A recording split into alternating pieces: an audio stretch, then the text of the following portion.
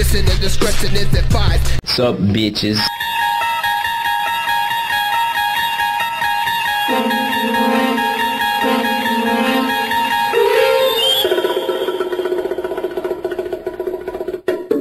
You're about to enter into another dimension of sports podcasting. A dimension suitable only to adults. Not those in their twilight of the years, those just getting into a zone where the shit is going really well.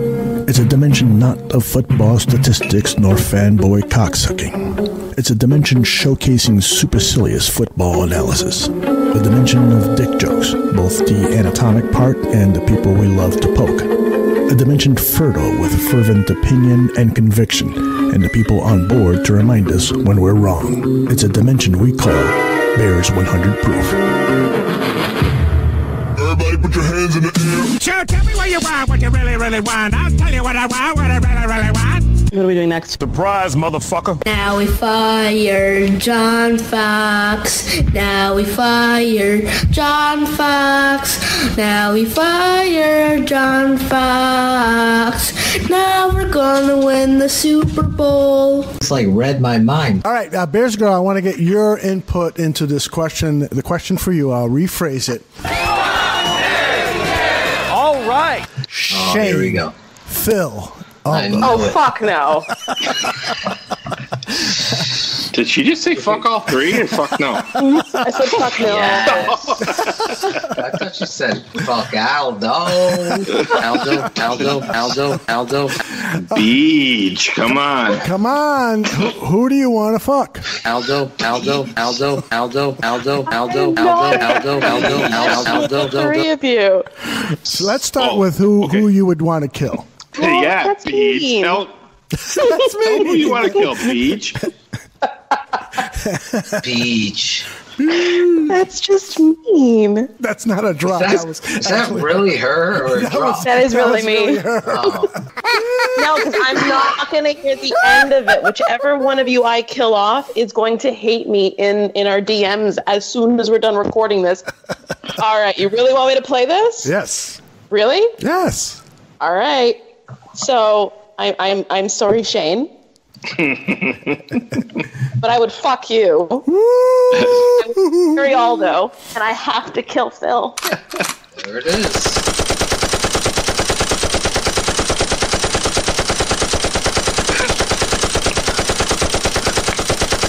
It's a lot of bullets. Jesus. And my sound effect would be, oh yeah. Why do I think that Shayne won? Yeah, you're getting. Yeah, have fun getting married, goddamn. Don't you want to marry Phil? And you got 4 kids and Phil. No. I'd put gladly change places with Phil. You got any more bullets in that gun, Aldo?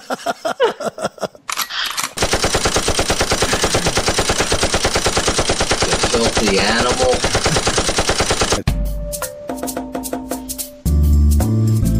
Oh yeah.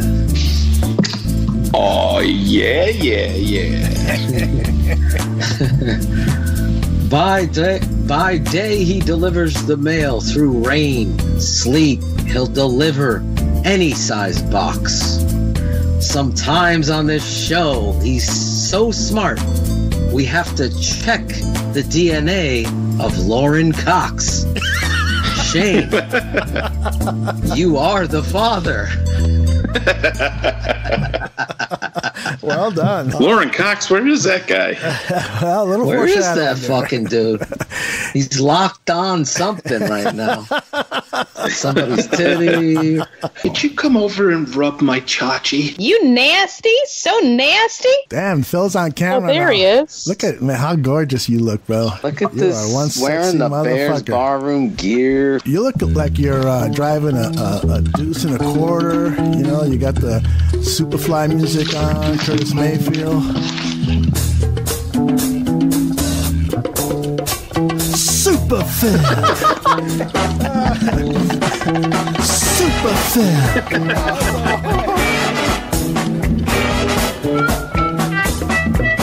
Darkness of night with the moon shining bright. There's a are set going strong, a lot of things going on. The man of the hour has an air of great power. The dudes have envied him for so long. Super Phil.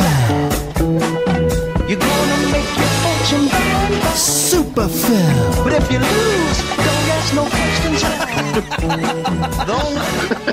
Oh my! Let's talk about BG's personal life here for the next 10 minutes. Let's not. What does Aldo's mama say? David Kaplan, you are smart and you like the Cubs and I like the Cubs. But when you talk about the Bears, keep your fucking mouth shut. That is what Aldo's mama said. You guys get the best podcast out of all the Bear shows that they have. You cover it. You're getting great guests. I love how Twitter followers are saying, "Yeah, get Tom Brady next week," and then it's not the easiest thing to do to get guests. It really isn't, especially pro football players. It's not an easy thing. So you guys are doing good. And if you're scraping the bottom of the barrel, there's always me and a few other guys scrambling around. That's all. This is John Jenkins. What's up, Chicago Bears fans? This is Thomas Jones, former Chicago Bear. This is Adrian Namath. Hey, this is Kyle Walker. This is Akiem Hicks. You're listening to Bears Barroom Radio. I'm your buddy Mike North. They're the best in the business. We keeping it 100, baby. Bear down, baby. Yeah. Oh, yeah. Oh. Yeah. Nah. A Bears Barroom, they're the ones that fight for truth. Bears are alive or 100 proof, even if the Bears win or lose. A Bears Barroom, they're the ones that fight for truth. Bears are alive or 100 proof, no matter if the Bears win or lose. Yo, first, the smartest man, no tweets, he's never missing. Impossible, the mission, call out frauds with precision. A Bears 100 proof, these faces #1 is Dora. Slaying dumb tweets, cross-eyed like Confora. Never one to back down to call a fraud a lemon. In Wazram, no doubt, Miller's asterisk ending. Cheers, Bears fans. The fire Puerto Rican barkeeping for Chicagoland. He's the godfather, the one, the real producer. Always keeping the show together with the voice that will seduce us. Fisking out a Firefox, the old timer never stops. IPA, drafts, malls, crafts, barkeep takes the shots. No deny. Barflies appreciated worldwide. Canada, Scotland, England, Brazil, Mexico, and Dubai. Dr. Phil is the guy, the one to realize that the barroom needed a show with an endless shoot supply. Gone big coat fought the narrative on color, brought the Jasons of get paid for Mitchell. Now I'm the standing up for the truth. You know your boy's the little guy. These media heads won't give us credits up to the barflies. Flies. Fuck a fraud in his keyboard, Twitter tough guys surround us. Raining truth on the Bears worldwide, barflies astound us. This is the #1 pod, that's the reality of the truth. And if you don't know us by now, Bears 100 proof. A Bears Barroom, they're the ones that fight for truth. Cheers, Bears fans! Welcome to our first Bears 100 proof highlight show. Happy 4th of July to those of you who are Americans, and for everyone else listening around the world, I wish you have either enjoyed your summer holiday or will when it happens.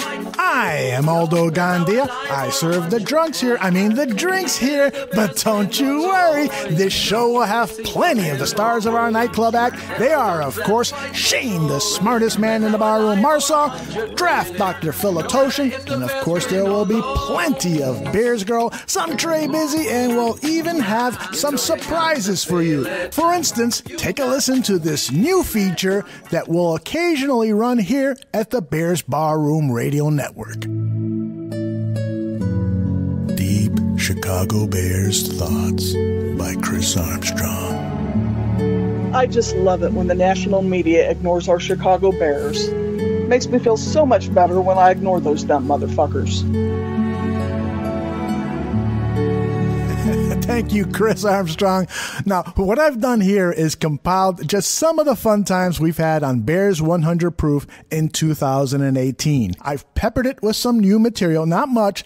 This is just our way to keep feeding you some fun material until we are back with a full range of new shows the week of July 16th. Before I share with you a few moments of our fun times, I've got a couple of personal notes. This past Sunday, Bob Phelan, Nikki Kurtz, and Nelson Daniels surprised me with an outstanding early birthday present. Actually, birthday presents. For the record, my birthday is not until September, but Bobby, who serves bravely in our armed services, was in town and wanted to be present to give me the gifts that were paid for by so many of you barflies. You guys are just simply fantastic, and I'm going to do a personal shout-out segment at the end of this highlight show to acknowledge everyone that contributed. But whether you contributed or not, thank you so very much for being a listener. Thank you for the early birthday wishes. Thank you for spreading the word about the kooky fun we have here on Bears 100 Proof and the more football-centric stuff that we do here on the network. And secondly, I want to say, fuck you, Nate Just, for insulting the barflies on a July 3rd tweet. Okay, let's get started with Draft Dr. Phil recalling some childhood memories. It's ridiculous. So when I was a kid, my parents, they vacationed in Rhode Island. Hi, everybody. My name is Aldo Gandia, and welcome to Bears 100 Proof.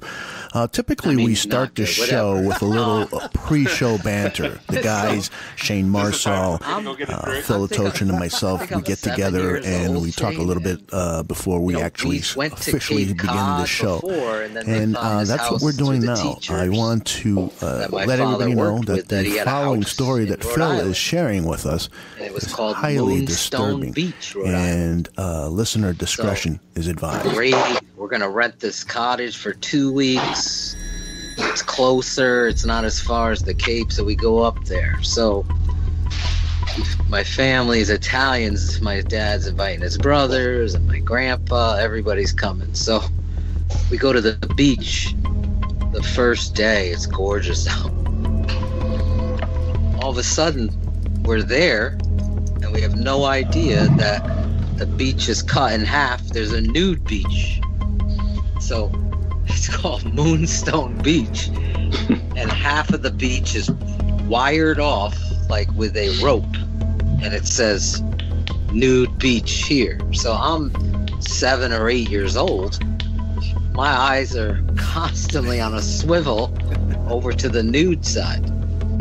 So we're there for 2 weeks now. By the second week, there's this perfect saltwater pond on the backside of the nude beach where you could go put in a raft, and you can go crabbing and clamming, and there's all this wildlife. So we're going over there. So me and I had a friend up from my town in my neighborhood. So we go over there and we got to blow up this raft. So my friend is like, you got to blow it up. I can't do it. I get dizzy. So I start blowing it up.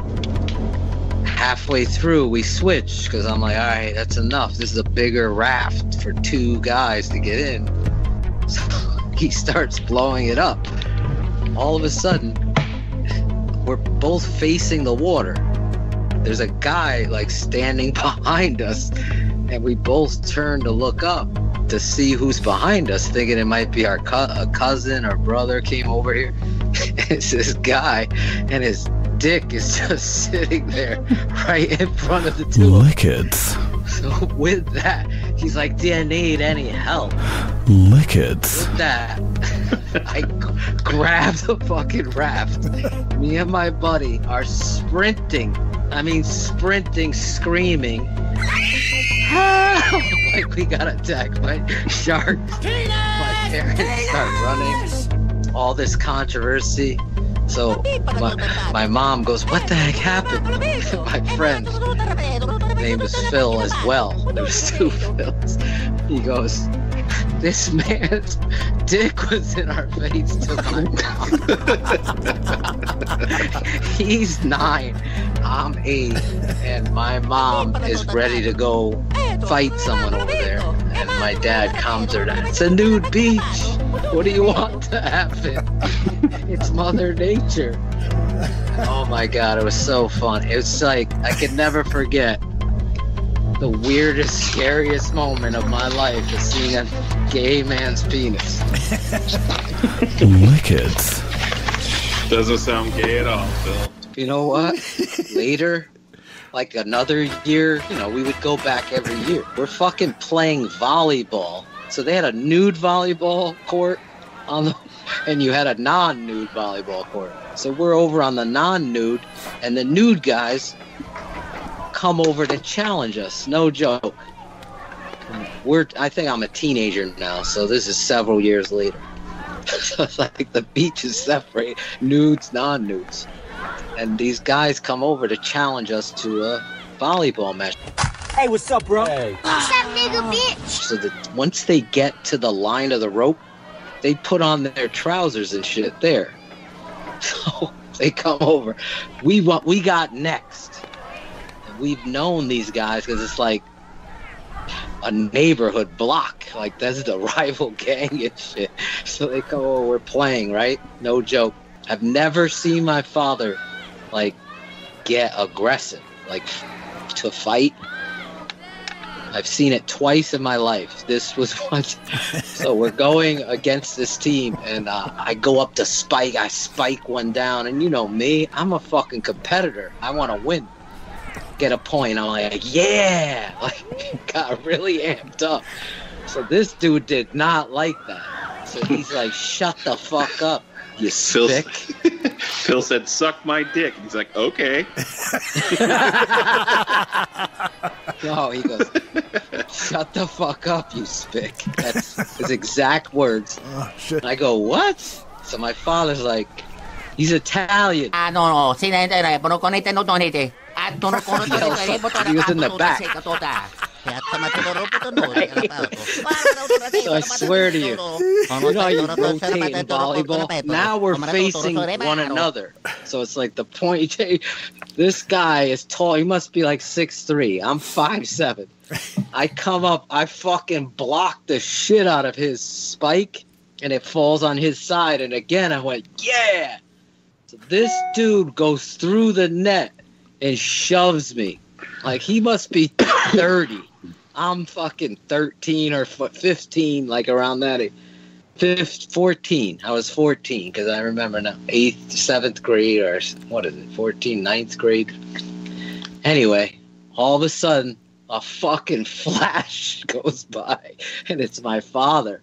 And he fucking yoked this guy up through the volleyball net. The volleyball net, like, is on poles. The fucking thing rips through with the guy's head. My father swings on him. My uncles had to hold him back.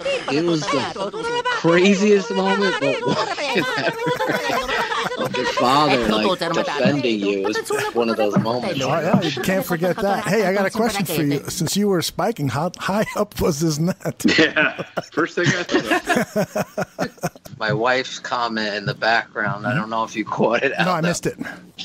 Because she's like taking a class online with her headphones on, but happened to hear this story. She goes, it's crazy that nobody was upset about him calling you a spick. That's why I was laughing in the background. He's Italian, fucker. Are you ready, barflies?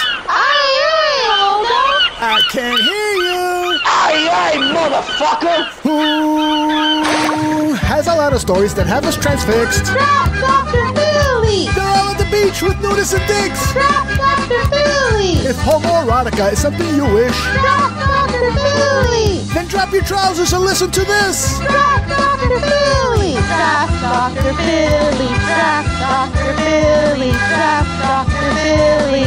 Drop Dr. Billy.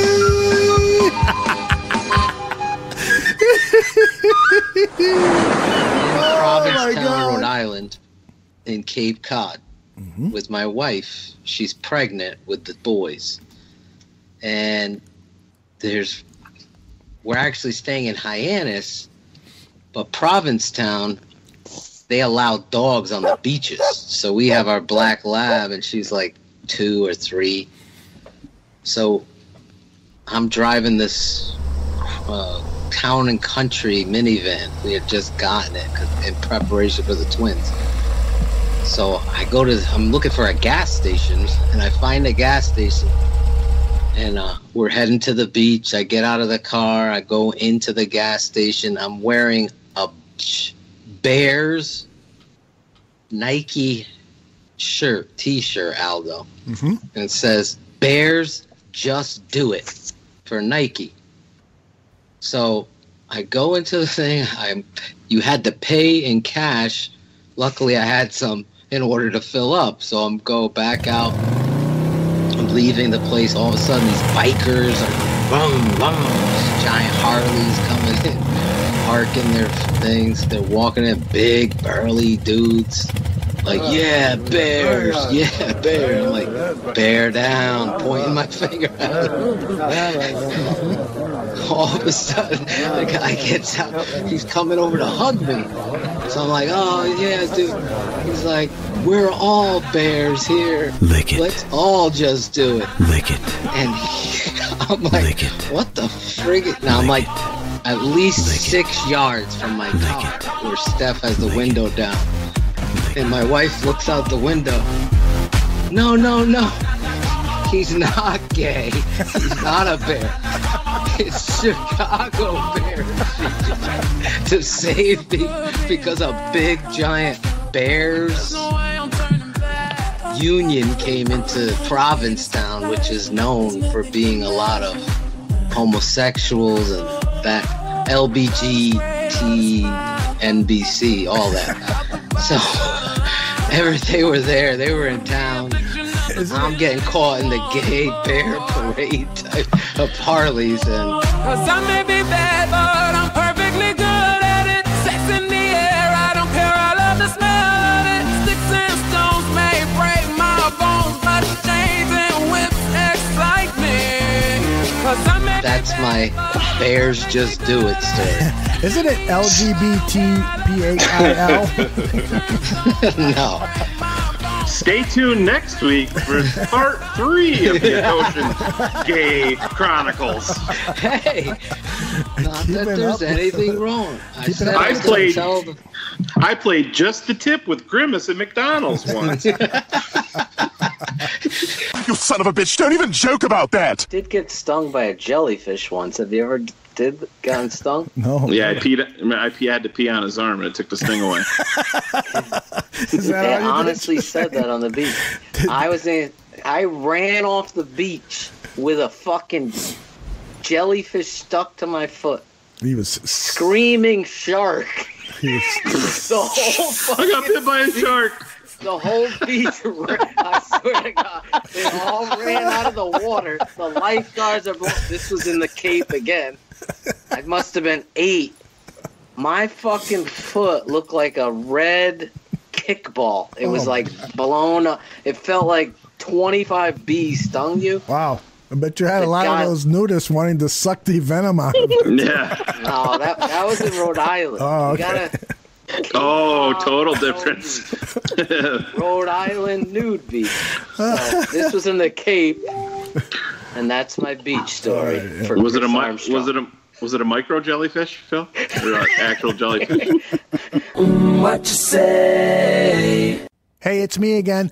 One of the things that I really love to do on Bears 100 Proof is to put together an open that's really going to drag you into the show, really make you pay attention, really suck you into what we're doing here, the hijinks and so forth. And then there's other times where one of the methods that I use is just straight to go into football information. And that's what I did early in the year. I think it was when Nagy was at the owners' meeting. So I pieced together some of his sound bites, put it to some music, and I think it turned out pretty good. I hope you do too, because I'm replaying it right now.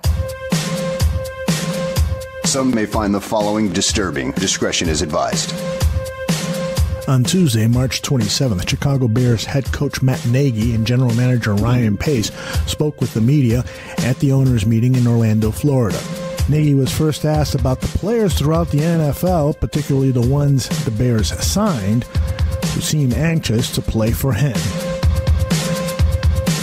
You know, number one, it's humbling just because of what we were able to do and what I was able to learn through Coach Reed in Kansas City and the way some of the things we did in that offense. So obviously, in what we did, exciting to other people around the league. So for us to be able to have that helped us. You know, that helped us in the process. That you hear some of these guys talk about the offense. You hear Taylor Gabriel talk about getting onto YouTube and watching Tyreek Hill, and so you're just kind of keeping your fingers crossed that they're able to, you know, see the direction of where you're going and kind of get a feel. Okay, the Chicago Bears, man, they're going in the right direction. This is something I want to be a part of, and obviously it was for them.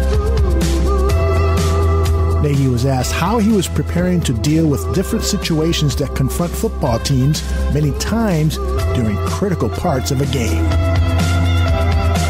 Situational football is huge. I'm a big believer in it, and I feel that's one of my strengths. So what we'll do is we'll pull up scenarios from different teams each week. And in the off-season here, we'll do the same thing. We'll go over scenarios of, hey, what will we do?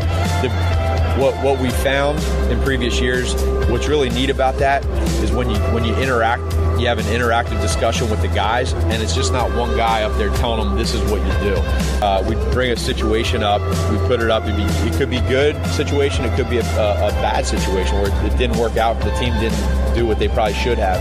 But we'll have the guys, we'll freeze the tape, and we'll have them interact and say, okay, what would you do here? And then they'll start talking. No, I'd spike the ball here. No, I'd run a play. Okay, what play would you run? Would it be a run play? Would it be a pass play? Let them interact.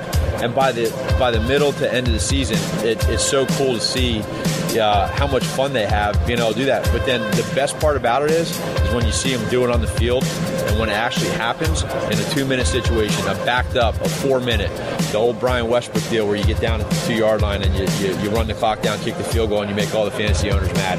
But that's what it is, you know. Ultimately, that's what it is. We want smart football players, and you got to have that, and that wins games. When asked how aggressive the Bears' offense was going to be in 2018, Nagy seemed to issue a warning to opposing team defenses. We're going to always attack you downfield. We're going to make sure that you understand that you can't just sit there at 10 to 12 yards and just wait for these intermediate throws to be thrown. We're going to go downfield, and we're going to test you. And not every ball is going to be complete. That's okay. It's going to stretch the defense. It's going to open it up for guys like Jordan and Tariq to be able to do some things in the run game. So, and then it's going to involve the aggressiveness of being able to be smart when you do it, but pick and choose when you're going to go for it on fourth down. Nagy says he knows exactly what he wants to tell the football team when he addresses them in just a few weeks. I want these guys, I want the team to understand the team they're playing for, okay? And the tradition and the history of when they step into Hallis Hall, understanding how fortunate they are. Number one, they got to know that. A lot of guys will hear it, but they don't know why. They don't understand it. They're going to understand why it's so important for them to be able to put on the Bears uniform. As we get into who we are as a team, I want them to understand, you know, that there's going to be ups and downs. It's going to be a roller coaster. You usually don't go 16-0 and win every game and ride off into the sunset. So when bad things happen, when adversity strikes, how do you react to that? And the great teams will respond in the right way. They'll have a bunch of leaders on the team that stick together, a bunch of coaches that stick together. They get through it, and they roll. And again, I'll keep using this example. Doug and the Philadelphia Eagles did that this year. They had some down times. They lost some players. They fought through it. They stuck together, and then they did it, and they had fun. And that's the other thing. You're going to see a group of guys that are enjoying what they're doing, making it fun. They're going to want to enjoy coming to work every single day and working together for that ultimate goal when trying to win a Super Bowl. This is the Bears Barroom Radio Network. Welcome to Bears 100 Proof. We pride ourselves on being a little different here at Bears 100 Proof on the Bears Barroom Radio Network. And when the Allen Robinson signing was announced, well, Draft Dr. Phil immediately went to work with a song. Welcome. Grab a seat at the bar. Have a shot. Come with me, spend freely. Pace's World of Roster Rehabilitation. Take a look and you'll see nervous nerd calculation. Let's begin with gonna win. Hiring Nagy to clear the situation. Finally, Mitch will be the answer and not the complication. If you wanna win in the NFL, gonna have to spend to do it. Anything you want, just choose it. Change this losing. There's nothing to it. There is nowhere else to go. More down than up in the Bears situation. We live there, need to be free. Pay spending so it can be. We'll do it live! Fuck it! Do it live! I'll write it and we'll do it live! Nasty, nasty, yeah, yeah, yeah! If you wanna win in the NFL, gonna have to spend to do it. Anything you want, just choose it. Change this losing. There's nothing to it. There is nowhere else to go.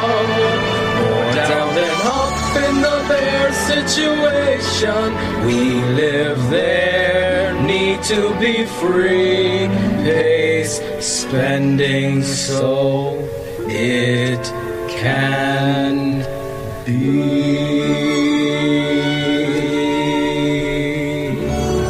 Spend that money, ain't no way we gonna make that money. Take that money. Bears 100 proof. I don't know if you could open a show any better than that, Aldo. That was sensational, Phil. We got to share the story of how this all came about, because sometime this morning, in the middle of the morning, you said, I got an idea for a song. I just had this vision of Ryan Pace being Willy Wonka, opening up the freaking McCaskey vault and say, you know what? It's fucking time. And we are going to go spend that money. And we just put it together. I got to admit, Aldo and I going back and forth, Shayne and I debating back and forth about One-Eyed Willie, for God's sake. And the music just all came together in typical Bears Barroom fashion. I mean, I'm going to pat my fucking self on the back finally, because you know what? Breaking news. Never seen that before. BT, breaking.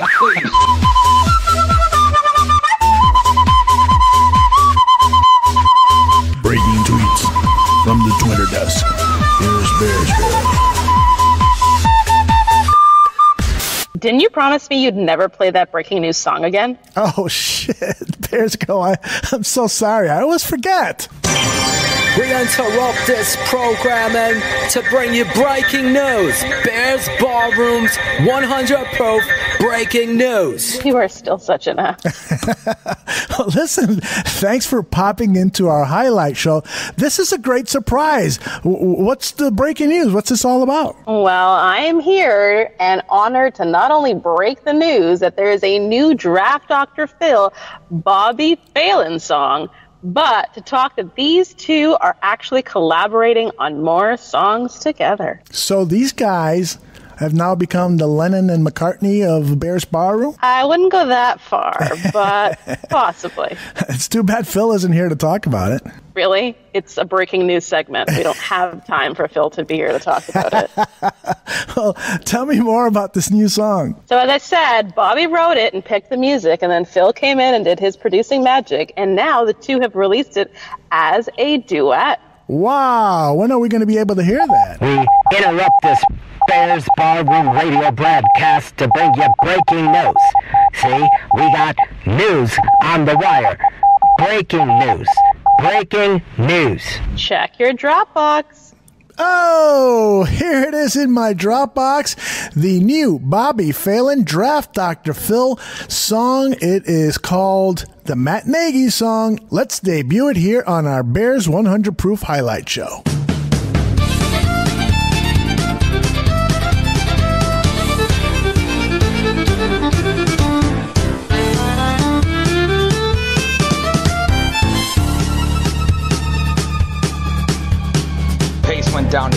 he was looking for a hole to fill.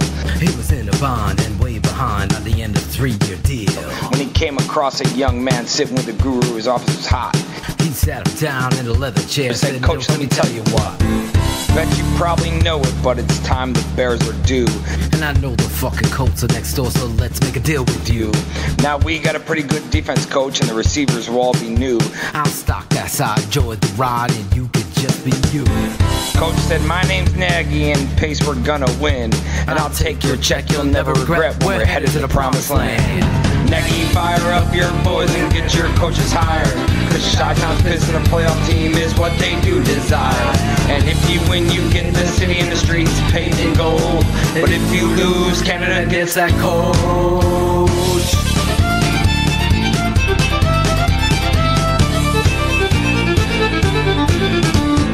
Nagy got to work, he said, I'll start this fucking show. With a phone call that he sent help. Then he long-term Fangio. He brought in Tabor for special teams. It's something we truly missed. They all sat down in the coach's room and it sounded something like this. Yeah, we're gonna dictate what the defense does. We are gonna game plan and use all our fucking weapons. And then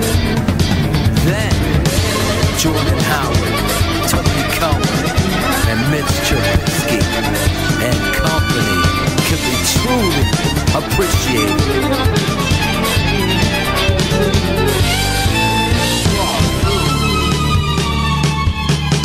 Bears Barroom. When they all finished, he said, I'm glad we're thinking as one. He threw the playbook on the table. Let me show you how it's run. He said, Mitch at the helm, it's gonna be fun. Coming at the defense with a running gun. Hand off to Howard, maybe RPO. Ain't scared for the one, gonna go, go, go. We are going to make defenses adjust to us.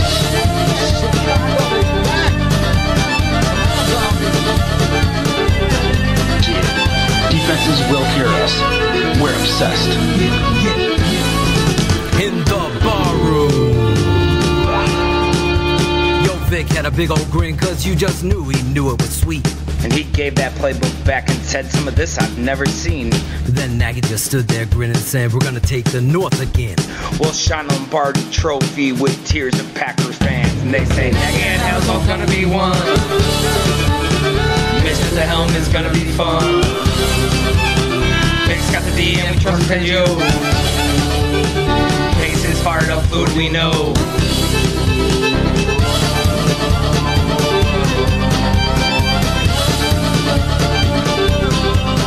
We're obsessed. We're obsessed.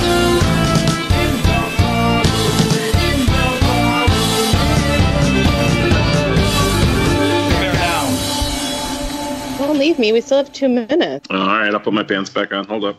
What does Aldo's mama say? Miss Trubisky, why don't you come to my house and cut my toenails? They need to be done. Thank you. That is what Aldo's mama said. Dude, Ryan Pace, man, this is the first time ever this motherfucker did everything free agency that we wanted him to do. He literally did everything we wanted to. We wanted a kicker, we wanted Allen Robinson, we wanted a speedster, we wanted Trey Burke. This motherfucker did all that shit. He a goddamn American hero. It's finally happening here. Bears fans, it really is true. Suddenly there is money to spend on receivers, tight ends, and kickers too. Believe it or not, I'm falling for him. I never thought I would say these words. Finally, faith in Harris Hall. Who could it be? Believe it or not, it's Ryan Pace. Allen Robinson, obviously a productive receiver, size, very good route runner, experience, someone we feel fits this offense very well. Trey Burton, new tight end, He's athletic. He can separate in the pass game. He also fits our offense very well. I know Matt's really excited to utilize this player. Taylor Gabriel, very athletic, sudden, just a guy that can generate big plays, an exciting player. Cody Parkey, proven kicker. He's made the Pro Bowl. He's still a young player, a position we wanted to address, and we feel like we've done that with Cody. And then Chase Daniel, a guy Matt and I both know from different points in our career, a quarterback we believe in, but also someone that we feel is going to greatly help Mitch's continued development. It's too good to be true. Look at me, falling for you. We feel very encouraged with the players we've added. There's a lot of opportunities to improve our team. It's exciting right now.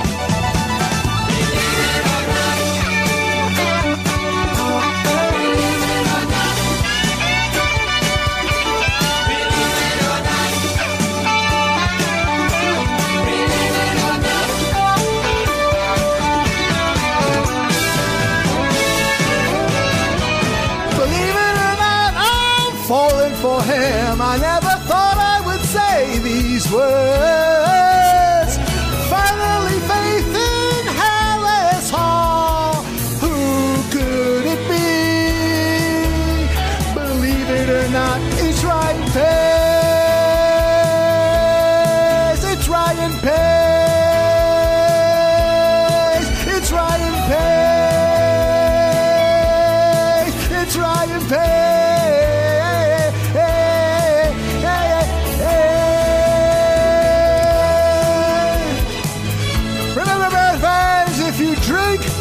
Do not drive, and always bear down.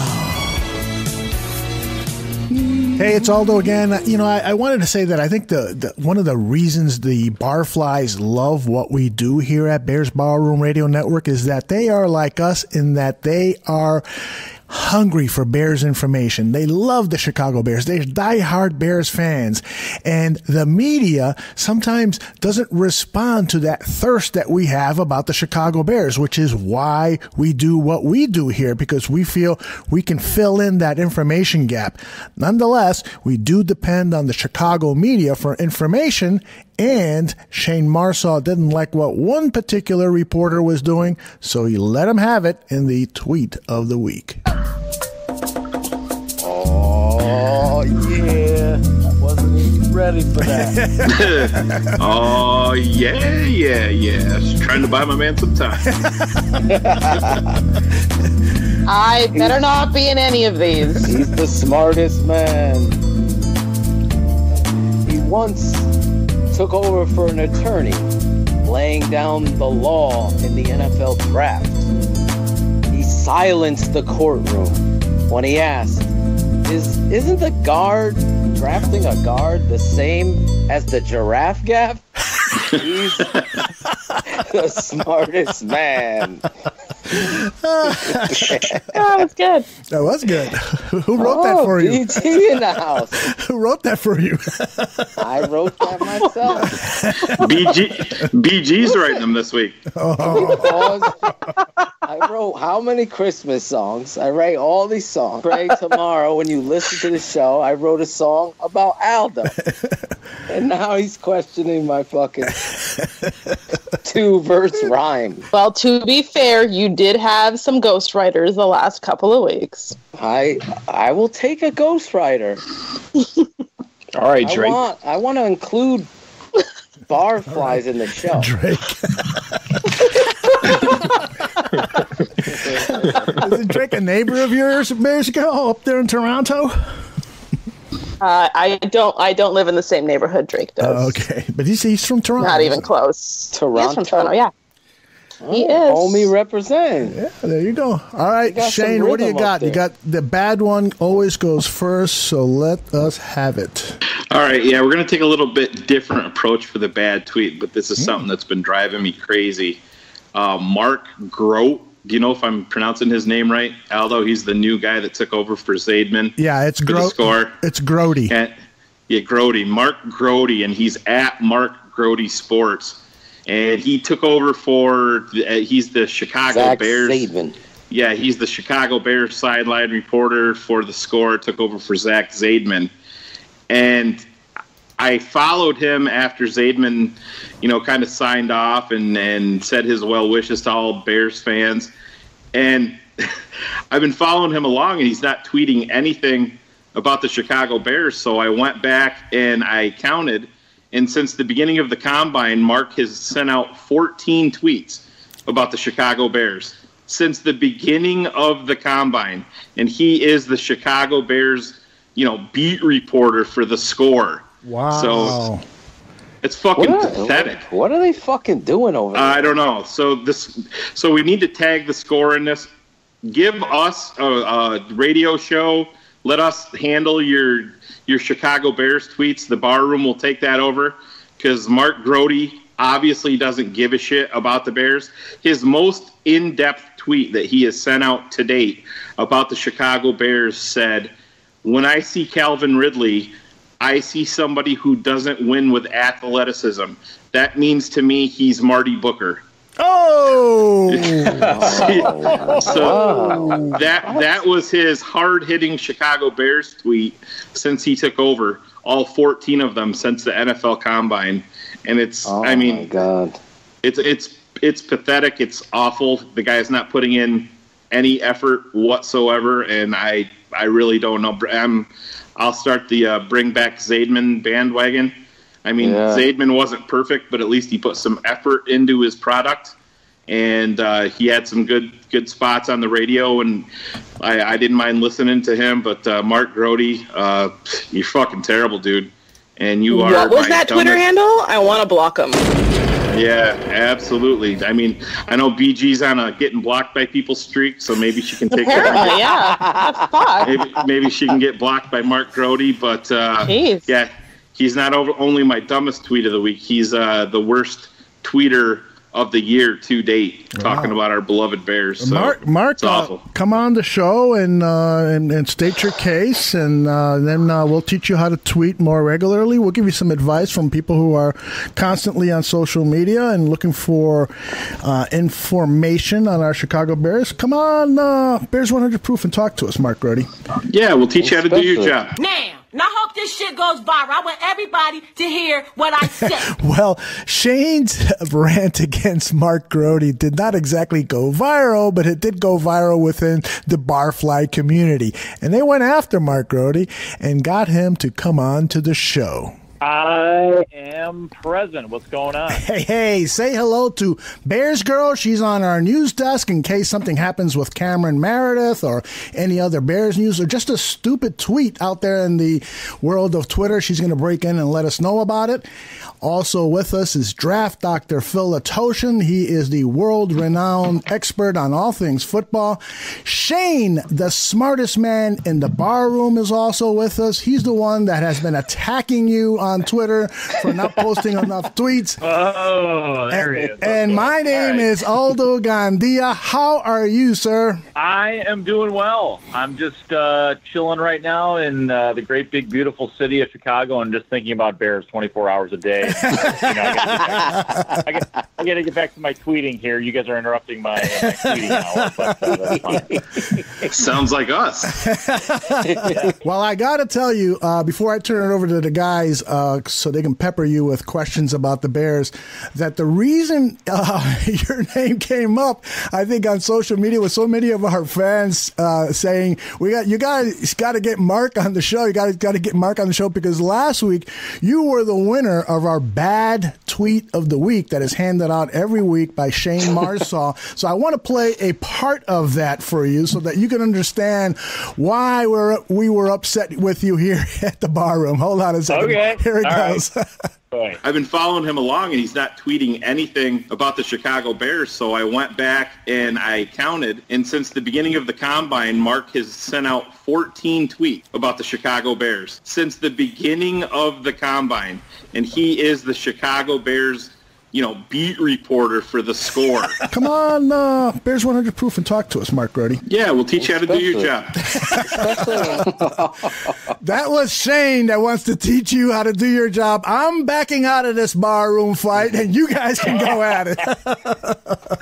Well, I will say a couple of things about this. Like, I saw the tweets and the criticism. I didn't hear that, but I thought to myself, like, there's certain, like, all of us in this business, there's certain things that I'm not going to respond to or pay any attention to.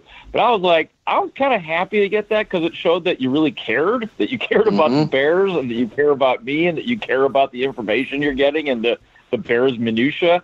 And if there weren't people who cared about that, we wouldn't exist. So I was kind of conflicted in appreciating that. I will also say this, though, that, I have tweeted from, 3 different things that I've covered. And it's very difficult when you first start covering a beat, especially when you have so many other people that cover it and already have information and have sources locked away. So I wasn't just going to come on and act like I knew everything. And not having met people, it's really kind of strange to throw conjecture and predictions out there when you don't have a feel for the actual ins and outs of the locker room and Bears organization as a full on. But that said, you will definitely get a lot more tweets and a lot more information from me when I start doing this gig in earnest. And see, Shayne. Matter of fact, there's a veteran minicamp coming up next week, so stand by for tweets. You don't think we know that? We know what time they start. We know everything. But we want to know more. No, I think that's beautiful. No, I love that you guys want to know the minutia, and you got, for whatever it's worth, I will concede this to you guys. You're in my head. Yes. That's where we want to live now. Smartest man does that. Yeah. Shayne, yeah. Hey, Mark. I'm Shayne. I don't know who that Shayne Marsaw guy is. Jeez. What a pain in the ass he is. This is one thing that we will own up to at the bar room. We give grief to people, but we also have no problem inviting that same person on, just like Aldo did, playing you the stuff that we talk about. And, we're not trying to be assholes or anything like that. At the end of the day, we love to talk Bears football and talk Bears football with people like you. So, no ill will or anything like that, but it's typical barroom banter. And we got to give you major props for coming on and facing the music a little bit too. Nasty, yeah. Thank you, Mark Grote, for coming on the show. Had a lot of fun. And we've had a lot of fun with other Chicago sports radio personalities that have joined us, media members like Adam Hogue, Kevin Fishbane, David Kaplan. But nobody compares quite to Chicago sports radio legend Mike North. You know what? I was looking forward to coming on with you because, no matter what, when you're on somebody else, you guys are making your mark. I saw you guys on Twitter. And I said, you know what? We had a little banter going on. And I said, these guys are cool. And then the next thing you know, here I am. Well, and a lot of thanks goes to Nick Kurtz, who has now been promoted to associate producer of the show, for landing you. He's a troublemaking son of a gun, and you tell him I said so. No, I love Nicky. He was great. He was on Twitter. We were going back and forth. He's a bear paw washer. Oh. You know what I mean? I mean, that's what it is. So, you know what? For all this nonsense that I hear and for everybody projecting this or projecting that, look, I hope Trubisky turns into Wentz. I hope he turns into what Wentz did. But I got to be honest with you. In Wentz's first year, I was more impressed with him than I was with Trubisky, but I think Wentz had better material around him. You bring up Carson Wentz and that whole situation, and I know it's the easy thing to kind of default and say that Chicago is copying what Philadelphia, the avenue that Philadelphia took or that the Rams took. But I think if you put Carson Wentz in Chicago under John Fox, to Phil's point, with the conservativeness, I don't think you're seeing the same type of Carson Wentz that you were in Philly under an aggressive coach. And I do think that part of it matters. You talk about Dowell Loggins. What was your thoughts when you see an offensive coordinator of an NFL football team get up in front of the nation and say that defense dictates who plays on offense? Yeah, I think that Al Rogers is bad. I do. I mean, I think he was horrible. And I mean, but I've been there through Randy. I was there with Mike Martz. Right. I remember. Let's not pretend this is new, kids. I love Bear fans. They act like they just started fucking 2 years ago. I mean, Mike Martz, I saw them trade Greg Olson because he didn't fit into Mike Martz's system. And all I saw Mike Martz do when he was with the Rams was throw the ball all over the yard. And then he gets with the Bears with the same ownership, with the same management, with the same group of people running the show, okay? And he turns into Bo Schembechler. So I don't understand, really, we can blame coaches all we want, but I've seen good coaches come in there, Super Bowl coaches, Fox, Martz, Ditka even. Hell, they ruined him. They ruined him. They had the best thing going, and they couldn't stand the fact that they weren't the ones that were the successful ones at the end that weren't getting the credit. So when I hear about Darryl with Loggins as the offensive coordinator, I remember Mike Martz. I remember they brought in Mike Tice. They've had good ones. They've had bad ones, and in between. At the end of the day, if you come to coach for the Chicago Bears, there's a good chance that your legacy will be tainted, and John Fox's definitely is, because I remember when they signed John Fox, everybody was pretty much on board about it. So, Mike, your contention is that the number one problem with the Chicago Bears is Ted Phillips. Is that correct, or are you going even higher up? One of them. Well, he was going to get fired that day. He thought he was going to get fired. They fired Michael. The mother fired the son. How about that? He goes there and becomes president. He's like an accountant. He's a bean counter. He was involved in the decision for Phil Emery and Mark Trestman. Remember that one, guys? Mm-hmm. I mean, I'll welcome John Fox back. We would never take Trestman back if they said we're going to rehire John Fox for another year. Oh, there'd be people mad. But if you said we're going to bring back Mark Trestman, they'd burn the house down. Blame Canada. Yeah. I mean, he's up in Canada now, so I've just seen it. I remember in '63 when they said Halas had outlived his usefulness. It wasn't that he couldn't coach, because he ended up winning, even though the Packers had lost Paul Hornung that year because of suspension, which, I mean, you lose 172 points, boys. I'm sorry. You got lucky you didn't have to face him that year. But, I mean, it was the way he ran the club, not the way that he coached the team. He could coach. It's the front office at the end of the day, and that's why Ryan Pace is going to be judged. And you know what? You can't forget that he signed Mike Glennon. So all of a sudden, we're supposed to start thinking that he knows how to pull the right levers. And he signed Mike Glennon. And I think the first thing I noticed when I saw Mike Glennon, and you guys were all talking, and my one pal over there that was the coach, the thing that surprised me is, forget about he can't escape, but you would think he'd have a side move, a step to the left, a step to the right, like a Breeze or a Brady. They aren't extremely fast, but he didn't even have one of those. Mike, let me break in here, because I think that he was the giraffe. I don't think that you're going to get an argument on a lot of your points from Bears fans throughout the world. Management of the Chicago Bears has been putrid for decades. I mean, God bless George Halas, even he had his negatives. But our concern with your opinion regarding John Fox is that we think that you failed to realize that the game passed him by. This guy was coaching football for 1980s, maybe 90s football, when the game, with its rule changes, with the way the offenses have opened up, with what quarterbacks are allowed to do, with what defensive backs are not allowed to do, and so forth, he didn't keep up with the times. He did not keep up. You know what I thought? I'm not going to disagree with you on that, okay, because that's your opinion. You might be right. I think after they lost that first quarterback, they started losing their receivers. Their line went down. I thought he figured, look, our best chance is defense, and let's try to keep the ball on the field and try to take little chunks and crawl down the field. If we start unleashing, this kid's not ready. I mean, all of a sudden, Mitch Trubisky, who played 13 games his whole career, couldn't beat out the quarterbacks that were at North Carolina. It wasn't a Peyton Manning thing. Hi, guys, I'm here. I'm a freshman. I'm beating you guys all out.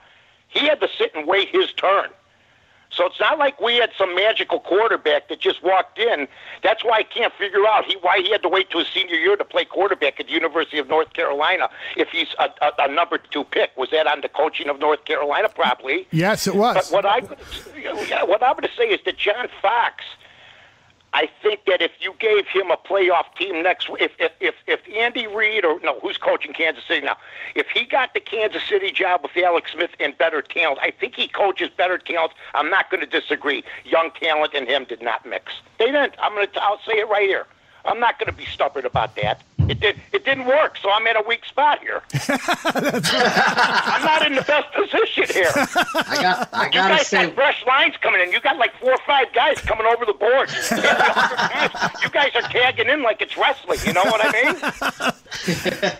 Well, we're giving you plenty of time, and you're making a really good case for your argument here. But I think in the end, it didn't work out. At the end, he's gone. Exactly. So if you want me to say that, we'll see what happens. I'm looking forward to it, and I look forward to being on with you guys again soon. Hey, Mike, I'm Puerto Rican, so I always look at things as a street fight. You got surrounded by 4 guys, and you came out unscathed. I came out okay, you know what I mean? I got a cut on my elbow from the one stiletto, and then I got a switchblade to the side, and then. But you know what? I'll tell you what. It's good to talk to you guys, and you got a great show. Thank you very much. God bless you, Mike North. God bless you guys, man. See ya. All right. Thanks, Mike. Don't forget to tweet it out, man. I'll put it out. See ya. We'll do. All right, Mikey. Well, there he is. I'll tell you one thing. That guy can debate. Oh, yeah. He knows his shit. He can debate. I didn't agree with anything he said. But it was very, very difficult to disagree with him because he knows how to manage the conversation, you know? My phone didn't really drop off. I had to go check my fucking blood pressure. Well done, bro. Well done, Shayne. Oh, my goodness. What are we doing next? Oh, yeah. Oh, yeah, Phil. Oh, he's the smartest man, and he can't be beat because he gets more ass than a toilet seat. This is his dumbest tweet of the week. Damn, more ass than a toilet seat. Truer words have never been spoken here at the bar room, Aldo. That's impressive. I fucked up because I wanted to say more European ass than a toilet seat. But I think Hila could forgive me. I think that it worked out better.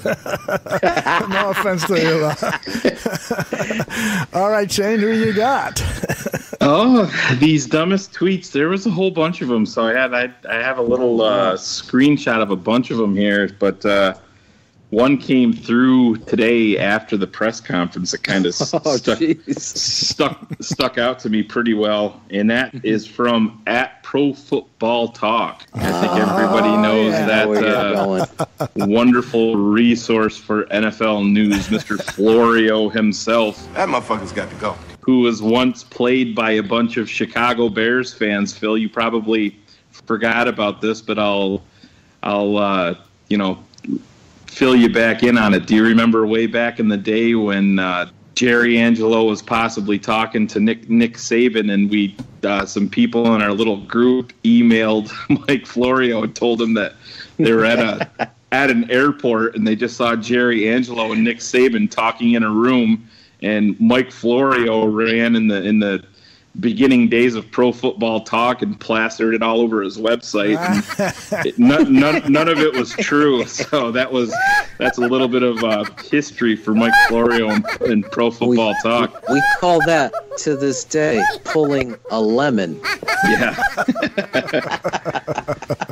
So yes, the dumbest tweet of the week that came out today is, like I said, it's from @Pro Football Talk after the press conference was over. And @Pro Football Talk tweeted out, Matt Nagy's press conference was a bit dull and formulaic. Gruden's press conference makes me want to run through a wall, or at least run into a wall. And I tweeted him back and I said, please go ahead and run into that wall. You're an idiot. And we've spent the last hour here talking about how refreshing this all was. And it's not that we're not just sitting up here talking a bunch of bullshit and making up lies and just trying to inspire the fans, like I said, with bullshit. We actually, I think we're all refreshed with what we heard today. But this kind of this goes back to the whole national media wanting to poo-poo the Chicago Bears almost every move. Mm-hmm. And yes, you saw the rock star treatment that John Gruden got, and that's all fine, and that's fantastic. I was more impressed with Matt Nagy's press conference today. I watched both of them. John Gruden's didn't really. It seemed very scripted, and part of it seemed like it was. They were trying to come off like you're at a comedy show or something like that. His act, yeah. And it was a big act, and felt like a scene from it did. What's it, Varsity Blues or or Dumb and Dumber Any with the Given Sunday. Yeah, Dumb and Dumber with the haircut. Hey, Hair, you want to hear the second most annoying sound in the world? Sure.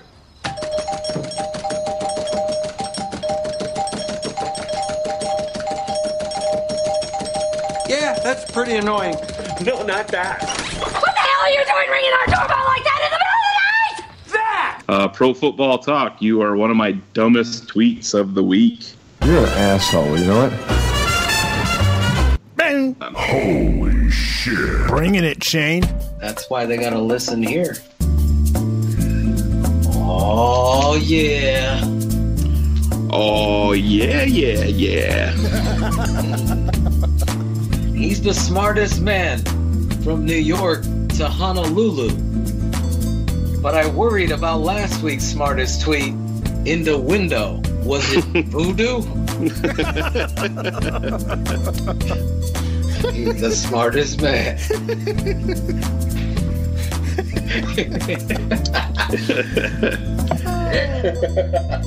All right, guys.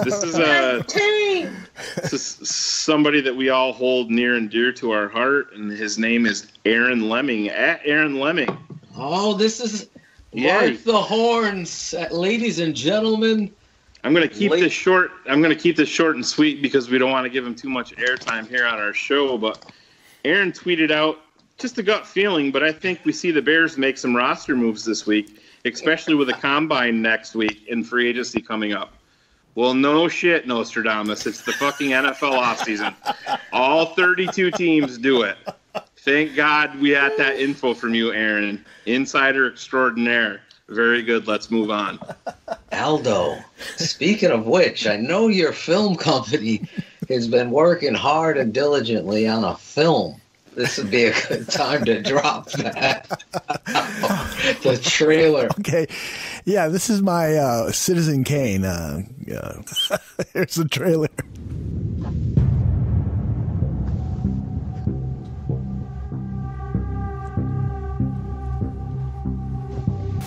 Columbia Pictures presents an Aldo Gandia film. Look at the blue check mark. He's got to be telling the truth. In association with Canadian movies comes an epic battle and journey of the mind. I love me some of that Twitter.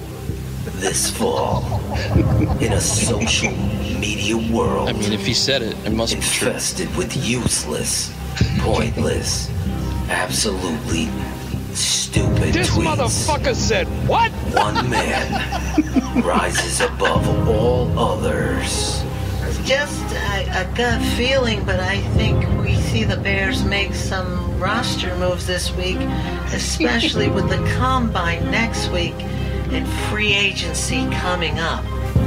A hero to the brainless. Hey, this guy's an insider. 4 weeks today, the legal tampering period starts, which means free agency, essentially. Free agency. Well, no shit, Sherlock. A friend to the simple-minded.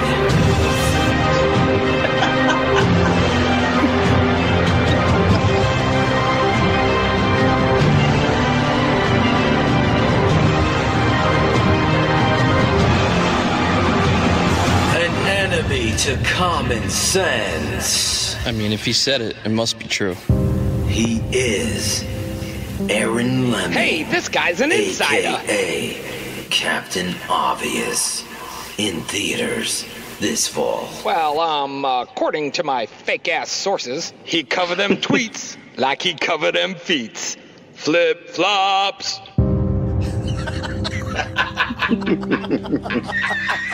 Home run. Home like run. he covered them feet. Flip-flops. Oh, yeah. Man, and I hope this shit goes viral. Do I bring it when I still... That is awesome, brother. That was awesome. Oh, my God. Big shout out to Bobby Phelan. Bringing all those voices. Oh, Bobby, nicely done. Nasty, yeah. Oh, yeah. And B. Diddy, too? That's awesome. And B. Diddy. Nasty. Great job, guys. That was awesome. Great job. Aaron, you've got Instant something. classic. You got something for your webpage there that will definitely increase your followers. That was super. Let's let all the barflies know that Phil and I did not have this planned. Hell no, he didn't. That's why I was like, I gotta interrupt this program because this is too good to Now he can go down his one. Phil and I had a disagreement, and I don't know why people are talking about it, but let me use my platform to talk about it too. Jesus Christ. Yeah, I have to admit that those were some fucking obvious tweets, and we've all been guilty of it. I've been guilty of putting up a tweet, and then after a while I looked at that. Why the fuck did I tweet that? Oh yeah, I'm famous for that on game day. The Bears will have a third down. I'm like, this is a big point in the game. Well, yeah, no shit. It's third down in an NFL game. We're all guilty of it. But, we all do it. Some of us more so than others, unfortunately. Yeah. Well, I think in the moment is okay, to be perfectly honest. I forgive that because you're reminding people, hey, this is a big moment. Yeah. So I don't think you're like throwing the jack shit obvious when this guy's selling himself. I mean, he calls himself an insider. So have some fun, Aaron. Laugh at yourself because those tweets. Because we are. Yeah, we are. Totally, we are. That was classic.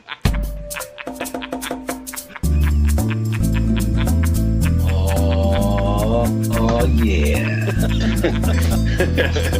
The flip flopper. Oh yeah.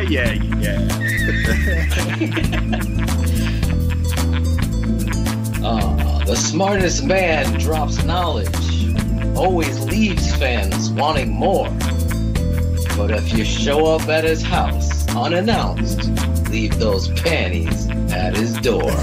Yes, not on my head, preferably. He's the smartest man, and this is his tweet of the week. Very well done. Very well done. Yeah, geez, after that, Phil, I don't know if this is going to be very good. That might be the tweet of the century that we just went over right there. But friend of the bar room, Kent Lee Platty, I think that's how you say his last name, right? That's correct. That's correct, yes. Yeah, and it's at MathBomb. We've butted heads for a little bit back 2 or 3 years ago. We went back and forth had the big Urlacher debate if he's a first ballot Hall of Famer. And you serious? Kent didn't think that he was, and I thought he was. So smartest man won on that one. But Kent sent out a good tweet earlier today, and it kind of flies in the face of me picking on Aaron Lemming's really super obvious stupid tweet. But Kent did have a really good point in this time of the year with free agency and draft analysis and just everything in the NFL offseason. I thought it kind of rang true, and it's something that we should all probably keep in mind, as hard as it is, especially with us being so open and blunt here at the bar room. But he tweeted out a reminder for all football and draft bloggers. Number one, we share an audience. We're not competing for it. Number two, if you disagree, it's not because you're right and they're wrong. It's because you see something different. Engaging allows you to learn. Number three, see number 1 and 2, and also don't be a dick. Moral is, don't be a dick. I'm just as guilty as anybody is. I know Phil can be a dick. Don't be a dick. Don't be an asshole. I can be a dick. Show some respect. Just be a person. Aldo, you too. Don't be a dick. Don't be a dick. We all get into our little Twitter feuds. I had one here back and forth with AJ here earlier, but at the end of the day, none of that shit matters. Right. Everybody's going to have their own opinion, and debate is healthy. Everybody should debate, and if you have a difference of opinion, it doesn't mean that you're right or I'm wrong. Just like Kent said, it's everybody should be all the better for it. Kent Lee Platty at MathMom, you are my tweet of the week. This is the Bears Barroom Radio Network. You're listening to Bears 100 Proof. Listener discretion is advised.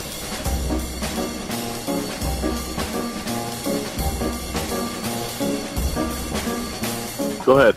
Can we get one favor from each of you before we let you go? And you guys say, I didn't want to cut you off. Can you just run one line to us and say individually, hey, this is Akiem Hicks. You're listening to Bears Barroom Radio. No problem. I got you. But let me ask you this. Are you guys like a real bar? Like it's an actual bar in the city? Only if you're investing. The virtual bar. We are indeed a virtual. You know, I'm not a stranger to come by and have a drink. But anyway, so, hey, this is Akiem Hicks, and you're with the Bears Barroom Radio. Hey, it's not a long. Thanks for listening to the Bears Barroom. We keeping it 100, baby. Hi, boys and girls. This is your boy, Jimmy Jones, and I know you are down in the dumps. I know. As your football team, your NFL football team, got you down. The Chicago Bears Are they drafting are on the in clock. the top 10 of the football draft for another season? Do you find yourself up late at night trying to think of ways that one can fix the issue? What are we going to do? Well, look no further, because we at Frog Baby Inc. had the solution. It's 100, and I mean 100% guaranteed and not a single dollar back. It's called Draft a God. That's right. Draft a God. Ladies and gentlemen, the Holy Ghost has come through me. I'm going to save your football team. I got what it is for you. That's 1-800-DRAFT a God. Now, listen. Everybody's doing it. All your friends, all your favorite football teams, we have got the secret solution to winning. And that's drafting a God. Now, let me just bring you back. In the Green Bay Packers, Tony Mandridge. how about them Washington Redskins? Brandon Sherwood. Who can forget them Arizona Cardinals? Jonathan Cooper. How about them Tennessee Titans? Chance Womack. Oh, yes, ladies and gentlemen, everyone's doing it. That's right, we want you to do it. That's 1-800-DRAFT a God. That's right, that's me, Jimmy Jones. I got it all for you.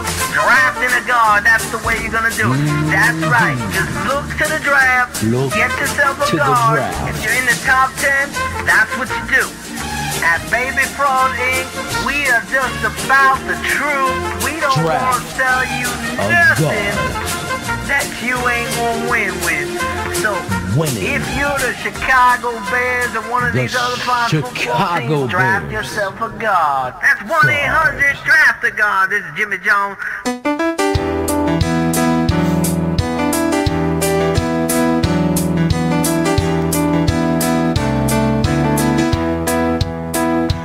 Quentin Nelson out of Notre Dame is being talked about as the surefire home run safest bet in this entire draft. Wow. Makes sense to me. Why are we so excited about a guard? Because a guard can change everything. Because a guard can stop that attack that's going to get tackles for loss. It's going to hit your quarterback when he's not looking and give your quarterback a little more time in the pocket. Wait a minute. That's the smartest thing I've ever heard anyone say about anything. I had a guy who works for an NFL team with a top 15 pick tell me I wouldn't be surprised if 15 years from now, we are in Canton putting him into the Hall of Fame. And these NFL evaluators do not talk about prospects like this. They always play them down like, For them to say surefire, it just sparks your interest. It gets you so excited. That means he's very special. The last guy I remember being described in this area where it's like home run, Von Miller coming out of Texas A&M. It's like Von Miller's going to be a superstar. Like if you take him, like there's no questions about this guy being a superstar. This is Quentin Nelson right now. Just when you thought he was going all right, he found out he's wrong when he thought he was right. It's always the same, it's just a shame, Aldo. If you say guard, he says you're right. You say pass Russia, he wants to fight. It's always the same, it's just a shame, Aldo. He stays up late to produce the show with makers Mark and heart and soul. Listeners feel it with every drop that he does pull. You all know that Portery, the fiery guy that we call Barkeep, producing flame godfathers names Aldo. Turning us on, shouting us out, 100 proof, truth is all about. New bar flies and listeners coming in all the time. Producing shows, staying up all night. Instigating Phil and Shayne to fight. Producing flame godfathers names Aldo. He stays up late to produce the show with makers Mark and heart and soul. Listeners feel it with every drop that he does pull. You all know that Portery, the fiery guy that we call Barkeep, producing flame godfathers names Aldo. Aldo's coming through on 100 proof. That Bears podcast got it all for you. Aldo's coming through on 100 proof. That Bears podcast got it all for you. The Godfather. Yeah, the truth is on. Bears Barroom. Aldo Gandia. The Godfather. Producing. The super producer. One of the biggest questions that we get here at the bar room is how this offensive line is going to shape up. We don't really know yet how this is going to unfold on the inside with the left guard, right guard, and center. Do you have any idea how that's going to make itself known? Kyle's going to play all 5 positions. You guys didn't know that? Hey, I think every Bears fan would sign up for that. Absolutely. That'd be kind of cool if there was like one O lineman, one D lineman every game. Oh, yeah. I'd like our chances. That was, of course, Kyle Long and Akiem Hicks. We had a blast with them. And what I'm going to do, as opposed to sharing clips of those interviews that we had with Bears players like Long, Hicks, Adrian Amos, John Jenkins, Colin Thompson was with me on Bears on Tap. What I'm going to do is just kind of collect all of those interviews with Bears players and former players like Thomas Jones and put that on its own highlight show. So here is a clip from a match/dating game that we played with Bears Girl, Shayne, Phil, and myself, and Bears Girl. We got actually into a tiebreaker to see who Bears Girl was going to go on a fantasy type date. So here's the closing part of that bit. Hold on, there's a tie. We need a tiebreaker now. Oh my God, who the hell cares? Yeah. She's got a tie. She got one of Shayne and one of Aldo. Oh my God, fine. So Phil gets killed again. Exactly. There's no one dying. It's just a match game. Double kill. Phil's out. Yeah, I'm coming up with the question now. You ready? As I get kicked to the curb once again, Barflies. Let me ask BG the question, and the boys are going to hear the question. They're going to give me their answers. I'm going to share their answers as Bachelor 1 and 2. No one's going to know except them. And BG's going to select the one she'd like to go on a date with most. No. Are you ready? Are you ready? No. So, bachelors, you're taking this young lady out on a date. Oh, fuck. You have $250 to your name. It's any city, anywhere is available in the United States of America. She's a foreigner.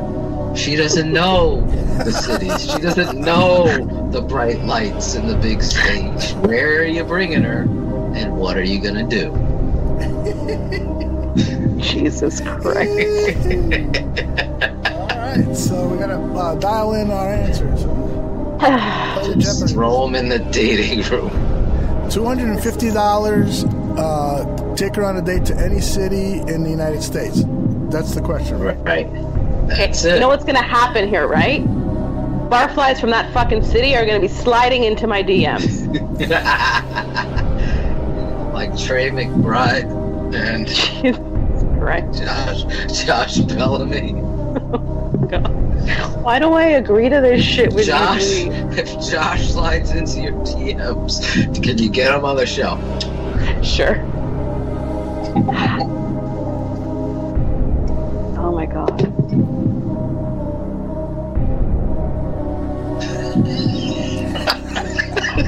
This is gonna be funny. All right. Are you ready, BG? Can't wait. Can't wait. Bachelor number 1. Canton, Ohio. Upcoming Hall of Fame game. Bears versus Ravens. Bachelor number 2. For $250? You cracked? Bachelor number 2. Staying at my house. Party in my pants.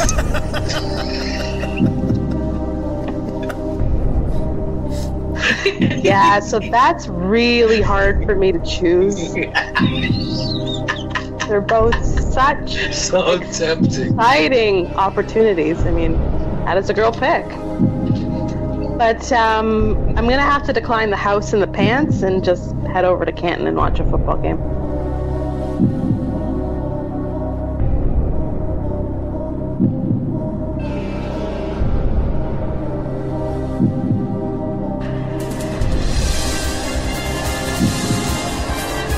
Once again, he gets down on his knees and he asks, "Will you marry me again?"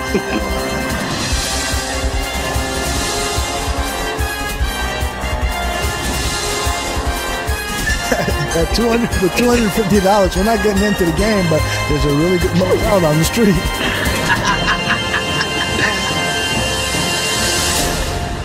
BG, you won again. The hand of Gandia, the Godfather, the super producer, has won again.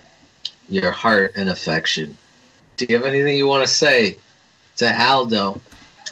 Well, last time he wanted to die. Is that still how you're feeling tonight? Come on, let's go to Canton, honey. Can't wait. Well, we could always stop at Shayne's as a party. I do get a drive through New York State to get there. Ooh, there you go, Shayne. Sounds like another I'm in a New York state of mind. Just leave your panties at the door. or on his head. All right, Bears Girl, I want to just say a few words, given that I'm the winner of this game. And so, guys, just allow me 30 seconds or so to talk to Bears Girl. I want you to listen to me, Bears Girl, and repeat after me. Repeat these words. I want you, Aldo.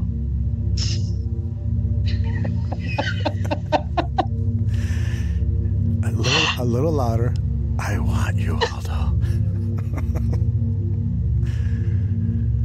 Repeat after me. I can't wait to go to that cheap hotel in Canton.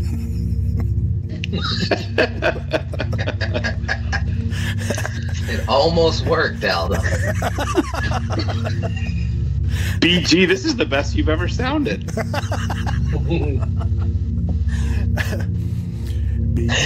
BG, repeat after me. You want Aldo. All right, Aldo. I will go with you to Canton on 2 conditions. 1, Nikki drives, and 2, you can get me to Trubisky. Oh my God, we're gonna have 3 funerals. Nikki's driving. I'm gonna be my party in my pants is gonna be a party of 1 if all you guys die. Jesus Christ. Well, if we do make it, it's going to be a threesome. Trubisky, me, and Bears Girl. I will watch you in the window. From heaven. Oh, all right. That was fun. Thanks very much, Bears Girl, for playing along. You are, as always, a very, very good sport. All right. You're very welcome. What does Aldo's mama say? Vic Fangio, you know defense and you are sexy.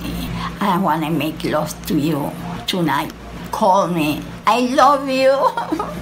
That is what Aldo's mama said.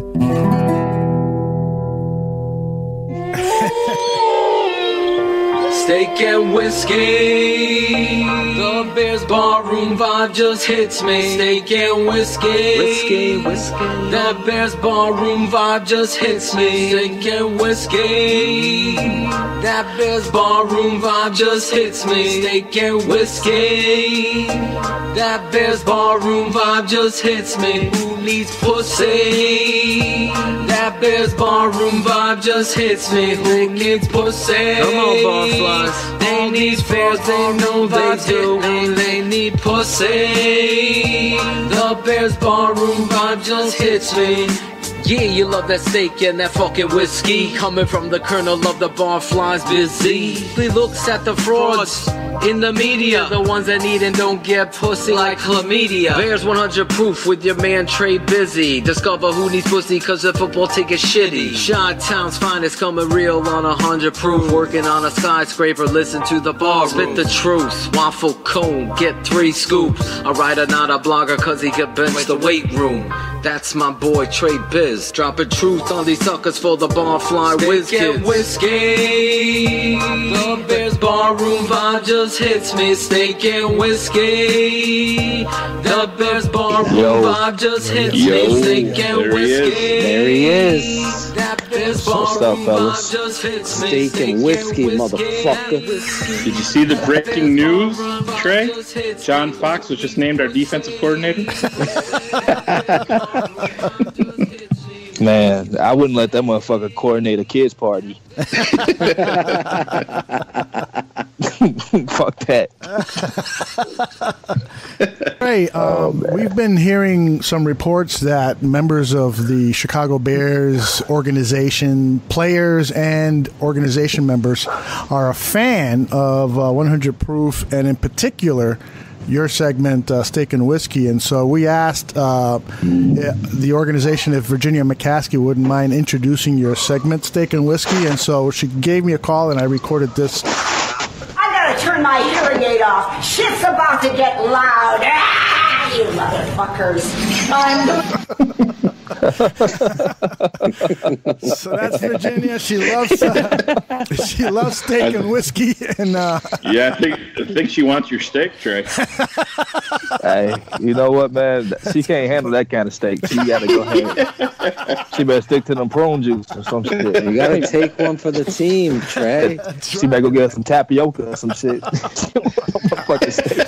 Show her a good time, Trey. Hey, you know what? Hey, I heard, man, ain't nothing like when they take the dentures out their mouth, though. That's what I heard, man. That's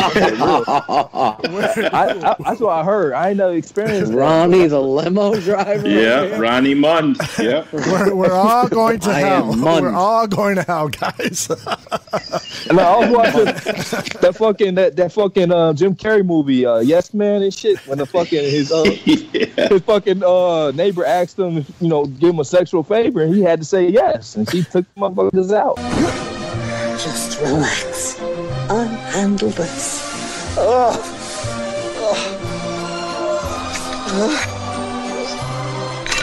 Oh, God! Oh God! Oh no! Oh my! Oh! Wow! That! Oh! Wow! How do you do that? You gotta be safe. Fuck that, All right, Trey, what do you got for us this week? Let me play your theme music under the background, and you take it away whenever you're ready. All right. Well, me and Shayne talked about it. I think it was yesterday or the day before yesterday. I asked him. I was like, "Should I take it or should he take it?" And this was so bad. This is like terrible, dude. Like, I didn't even really go after the guy like I should have. But the guy's name on Twitter is Chin. I don't know. That's fucking retarded in itself. But apparently, Jordan Howard disappeared versus good teams, and Tariq Cohen hasn't proven anything on the field. So, Jesus. I don't know if he's been like locked up inside some type of time chamber over the last like whole season. He must have missed the whole season for him to say that stupid shit. Because Tariq Cohen has shown something literally every time he stepped on the field, even when he doesn't get the fucking football. Yep. He draws the defenses to him, which opens it up for other players. That's why I say I would never take his ass off the field. I don't give a fuck how tired he is. He's staying on the field. Jordan Howard has had monstrous games against playoff teams this year. Exactly. We don't even win against Pittsburgh without him. Carolina, Ravens. He had to go ahead win touchdowns in both those overtimes. How the fuck has he, well, okay, no, in the Baltimore Ravens, he had that big run in overtime. He didn't get the touchdown, but that was a huge fucking that was run. the key of the whole game. How about the Minnesota game, Trey, when the fucking ref decided to throw two phantom holding penalties in the first game with Trubisky's first start? That would change the whole context of the game. Literally, like I think that game against the Ravens, Jordan Howard actually adopted somebody that day. He made Eric Weddle his son. Because after he threw him off, after he broke that tackle and threw him on the ground like that, I was like, oh my God, dude. You get no respect. You're supposed to be a good safety. That's a great safety, too. And now he's a Jordan Howard son now. So hope he got him something good for Christmas. Yeah, I mean, the Tariq Cohen hasn't proven anything, and Jordan Howard disappeared versus good teams. I don't know. This guy must be a virgin or something. He must have never had pussy before. There's no way you can tell me this guy has pussy before. There's no way. He don't know football. You're not getting any pussy. Like, dude need to just turn his life around, man. He need to go ahead and just, I don't know what he got to do. Hit up a high school crush or something. Like, I don't know, man. He needs a woman with no teeth. He need to holler at, hey, he need to holler at Virginia McCaskey and how to take them dentures out, put them in the little glass on the end of the table. Oh, no. You know? What did I start? Respect the elderly, motherfucker.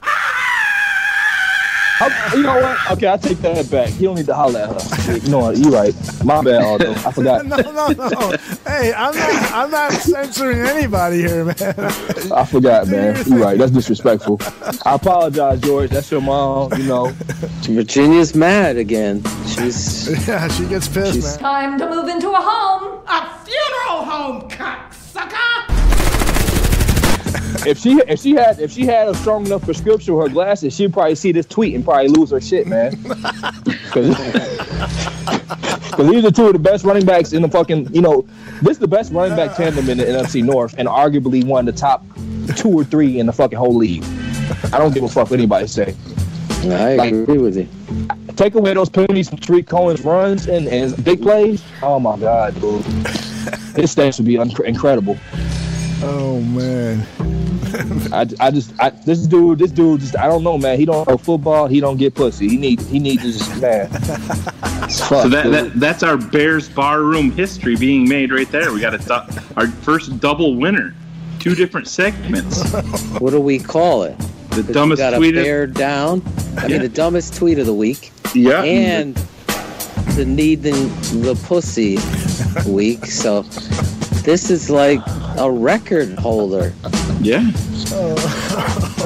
Well, he said two absolutely absurd things, so it's only right that two people went after him. Those are two of the most absurd sayings I've ever fucking read. Ever. Guy's a big Mike Burton fan.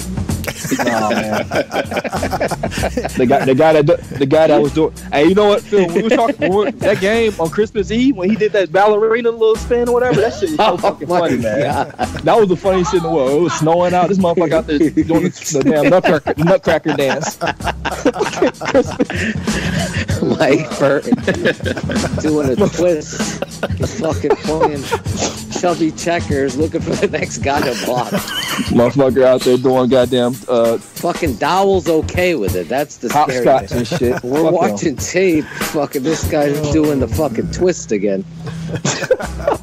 Like, who do I block? Who do I block? I'm like, this is the fucking NFL. Am I the only one pointing this shit out? Like, coach? This guy makes more money than me just to spin around on the field and not hit nobody. That's unbelievable. Fucking A. The fucking right, Mike Burton Awards. That's this dude. He's the first annual one. Then this dude exactly. He's the first annual Mike Burton Awards. There you go. There you go. Got it. We'll give him a Burton. He's getting a Burton. He's getting a Burton. He's getting a Brzezinski. His name is Alec Lifschultz III, also known as Trey Busy. Yo. There he is. There he is. What's up, fellas? You know what? It's weird because the song is called Stone Cold Steve Austin, but when Trey comes in the house, the temperature goes up.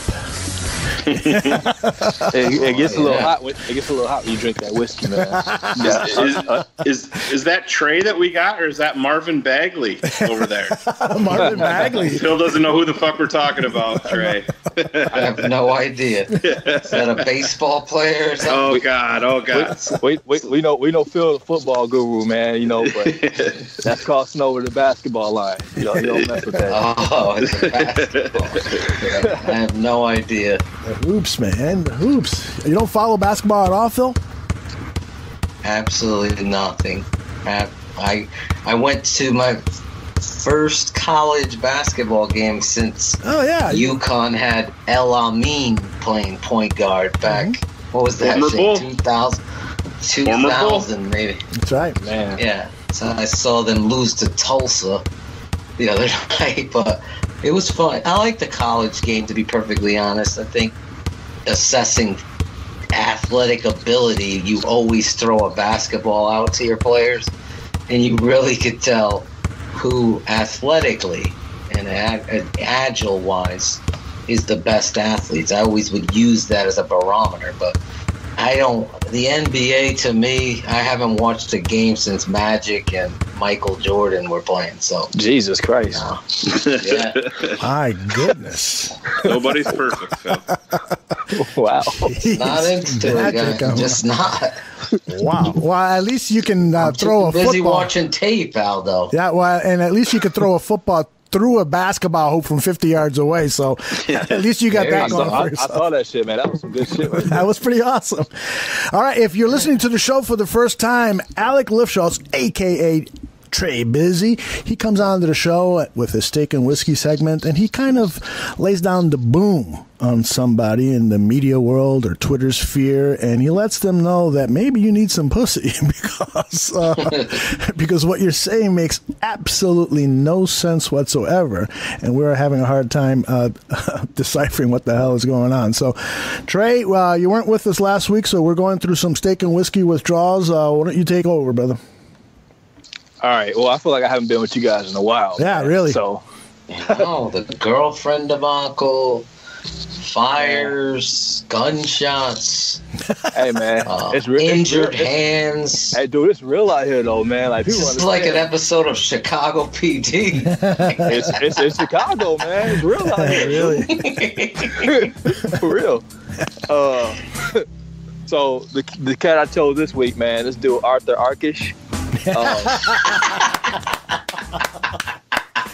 Yeah, his name came up earlier. Go for it. Yeah. Dude, like, come on, man. Like, we already know how we feel about Adrian Amos over at the Bears Barroom. We feel like he's an integral part of the defense. We need him on the field. You know, without him on the field, we don't have that enforcer out there that's going to come in and smack somebody's pads off. We don't got that out there. So this guy this morning was pretty much promoting, saying, oh, the Bears need to sign this safety from 49ers, Eric Reed. And I'm like, why? He's like, oh, you know, Eddie Jackson needs a partner out there. I was like, really? Like, I'm like, what the fuck is this guy talking about? He said Adrian Amos has 1 interception and 10 pass defended in 44 games. I was like, okay. Then he goes on to say, I know what Pro Football Focus says about him, but I think, you know, he was a nice find in round 5, but why is it so complicated? Like, dude, first of all, you just contradicted yourself, okay? If you don't give a fuck about stats and shit, why are you bringing up somewhere that has stats? Why are you bringing up stats if you don't care about stats? That doesn't make sense. Like, and the guy he's saying that we should replace him with, ironically, didn't have better stats than Adrian Amos this year. Mm-hmm. The guy he said he was replacing with had 52 total tackles this year. You know, Amos had 60. This guy had 1 forced fumble. Adrian Amos had like 3 of them. And not only fuck the amount he had, the fumbles he had were very important at the time that they happened. Exactly. They were very important at the part of the game. They helped those games. You know, I mean, and then another thing I hear about this guy is he plays free safety, first of all. But the thing I hear about him is that he has a lot of concussions. That's what I hear about him. That's kind of dangerous to bring in a player that has a history of concussions, man. You know, we don't need nobody that's gonna get a concussion and fuck around and have to retire that year. You know. Right. So it's like 3 things wrong with that. He's not a better player. He doesn't bring the same presence as Adrian Amos, and the guy can't stay healthy. So why the fuck would we bring him on our team? So let me ask you a question, Trey. How would you take care of Mr. Arkish? How would you set him straight? I used to know this freak bitch back in the day. I might have to go. I have to go through one of my old phone, man. Get her number or something. She might be willing. Can you slap? Is Hub? Is that his son? Yeah, that is his son. Yes. Can you slap his daddy too while you're at it, baby? Rip that hoop earring out. Oh my god, the guy has a hoop earring. Hub does. Yeah, Hub does. Yeah. Which ear is it? Is it the right ear or the left ear? I think it is the left. I'm pretty sure. Okay. I'm about to say, if it's the right ear, he got a little fruit in his tank. Not that there's anything wrong with that Seinfeld reference. Oh, hey man, if that's your life, go ahead and live it, man. But shit, you know, I'm just saying they got to stop disrespecting Amos, man. You know, we gonna take up for the truth, and Amos is the truth. Yeah, we talked about it earlier on here, Trey. I think a lot of it, like you said, stat scouts, and Aldo brought it up, not making the big splash plays. There's so many people out there that look at their Madden rosters and are basing everything off the speed and agility ratings and like I said, making Ed Reed type plays out there. And this guy's 24 years old and people are writing the kid off like he can't even get better than what he showed this year. It's just pure craziness. To the point where 2 years in a row, how the fuck in 2 years in a row you do the top 100 list and there's no player from the Chicago Bears on that list? Well, Detroit fans say we suck, so don't even get me started. Come on, man. Detroit. Do you want me to go on my rant about Detroit? What are we doing here if we don't? Oh my fucking God. Detroit talking smack. Stat Pafford. Stat Pafford. The fucking guy. And him and Trubisky got the same amount of playoff wins. Rex Grossman has more wins. Sexy Rexy, man. No, Detroit fans, like, come on, man. You guys had a fucking 0-16 team, season. You guys should not talk about anybody. That's like automatic slander forever. Forever. You know, the Browns do that shit. You know, we don't even feel bad. We like, it's just the Browns. You know, come on, man. You guys ran off your 2 greatest players in the history of your franchise because you sucked so bad. They just didn't want to play. They quit. These dudes were like literally in their prime. They were like, "Fuck this! I don't even want to play football." No. They spent imagine playing football doing something your whole life, and you're one of the best players to do it, and all of a sudden you just wake up one day you're like, "Fuck it, I don't even want to do it no more." That's how bad they suck. Walter quitting on the Bears? No, I can't picture that. No fucking way. No fucking way. Even Tom. Megatron was the shit. Mm-hmm. Oh my God, Barry Sanders and Megatron. That's what you're talking about, right? Yes, sir. Top 5. I know Herman Moore. Herman Moore quit too. Top 5 at their positions of all time. Oh my God. Calvin Johnson. Oh, definitely. And Barry Sanders. They quit on the fucking Lions because they said fuck this shit. Barry Sanders could have broke Peyton's record. Yep. He walked away. He was on his way. Didn't he bounce like the night before camp? Yeah, it was close to camp, I believe. Yeah. Wayne Font's ass over there. Yeah, light that fucking cigar. How are Detroit fans stick it up your ass? Smack? Like, how are you talking smack? It's like a Browns fan talking smack. I mean, they have a better team than Cleveland, but Jesus Christ, Phil, we were talking about it the other day. It's like a fucking beer league softball team saying, we got a couple of guys that could probably play for the Yankees if we, they just got their shot. Baffles perfect example. Crazy. Fucking Lions fan talking shit. Give me a break. I mean, Matthew Stafford is the epitome of mediocrity. The epitome of it. Like, the guy, he has stats, but it's because he fucking throws the football like 50 times a game. Right. Yeah, he's a fantasy football guy's favorite pick because they're down and he's still throwing. What's his nickname, Phil? Stat Pafford. I never heard that. Stat Pafford. I love it. That's good. That's exactly what he does. He stats the fuck out them.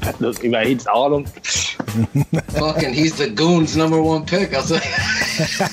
And he got that fucking frat boy haircut. Fuck that, man. I love the Lions. I just saw a lot. Shayne points it out to me, gets me all amped up at work. That I completely forgot about that. Lions fans are fucking talking smack. We haven't even gotten to the preseason, and they're taking digs at the Bears for improving. The best part is they'll say, "Yeah, the Bears have improved. Fuckers are still going to finish in 4th place. We're going to be in 3rd, motherfuckers." Yeah. Typical Detroit. Yeah, get excited about that. Who's their fucking marquee signing? LeGarrette Blount? Yeah. That's right. Yeah, but their coach wears a pencil in his ear, so he's a badass. He's a badass with a bad rap. They took a fucking center in the first. Fuck them, man. Fuck the Lions. They couldn't find a good running back nowadays. If one came and sat down on the goddamn front porch. Someone put a voodoo curse on the running back position. Barry Sanders did probably. His grandmother was like, "Fuck this, get out of there." Every back either gets hurt, they fucking leave, they get concussed. How many backs have had concussions there? Isn't there some stat out there they've had like one 100-yard rushing game? Yes. Since 2009 or some Jesus shit like that? Christ, dude. Crazy stat. And it was like Reggie Bush of all people, I think. Yeah, I think you're right. Oh, man. We've got Bush. It was in like 2013. Yeah, we've got Bush. Nerds. By that time, he was like a shell of himself. At that point, he lost. I think he lost both his plastic trophy. He lost the one from college, and then he lost Kim Kardashian by that time.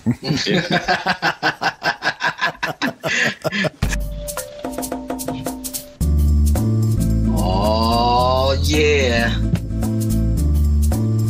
Oh yeah. Oh yes, he's the smartest man. He's the smartest man. Might also be the smartest man on Twitter. Let us not forget, he actually covered the entire draft on vacation from the shitter. I could see that one coming. He is the smartest man in the bar room. That was for 15 minutes with Adam Rank. That was it. Other than that, I was shitter free. That was good, Phil. That was really good. Yeah, I think the delivery needed a little work, but it was good. Oh, here he goes. Really? I'm a tough critic. Somebody actually had a good idea to take every one of mine and like put them together. Yeah, so more work for me, right? That was Phil. It's Phil's idea. All right, if you are a newbie to the show, this is the part of the show where Shayne, the smartest man in the bar room, picks a tweet that really irritated the fuck out of him, and then later he'll give us a tweet that we should all be proud of. Shayne, which tweet really pissed you off this week? Well, this one was real easy, guys. I think if we took a poll here in the bar room, everybody probably knows where I'm going with this. This is Mr. Steve Rosenblum. Nasty. Yeah. At Steve Rosenblum, all in lowercase. Who the fuck spells your name that way? But he tweeted out, starting with Roquan Smith, we could be looking at a new era of new embarrassments from Chicago Bears draft picks. And then he went on to write a completely ridiculous article covering Roquan Smith and the break-in to his BMW. Really just how could a college-age kid, afford a Beamer, and, really just went up one side of the kid and down the other. And Phil, this is exactly what we just talked about 12 minutes ago. Chicago can't have nice things. Everybody was giving praise to the Bears for bringing in Roquan Smith. And then you get this asshole Rosenblum go out there and write this hatchet piece to really call in the integrity of this kid and to really try to just take a completely differing opinion to get clicks. And, he did his job that way, but he did have to turn around and write really an apology. I believe it was the next day or 2 days later, but I just don't understand why it's just typical Chicago. It pisses me off. And I mean, you had never heard a bad thing about this kid, Roquan Smith, and shit happens. We've all had our vehicles and then left it unlocked, and you go out for a jog and you leave your sunroof open, right, BG? That shit happens. Yep, it does. And to take the time out of your day to write an entire article about this, to say that this may be one of the biggest draft embarrassments in Chicago Bears history. I mean, trying to make a big deal. Hey, if the Chicago Bears were dumb enough to not have security in place on the iPad and not be able to remote wipe it instantly, then that's on Chicago, and they should be ashamed of themselves. But obviously they had those precautions all in place. And Rosenblum is, I tweeted back to him that, my 7-year-old son says a lot of stupid stuff, but unfortunately he's made a career out of it. So Steve Rosenblum, you are really my dumbest tweet of the year, and probably could go back 2 years, but I think you're a piece of shit for writing that about Roquan. Dumbass motherfucker. There it is. He's a dumbass motherfucker, and I have to agree with you.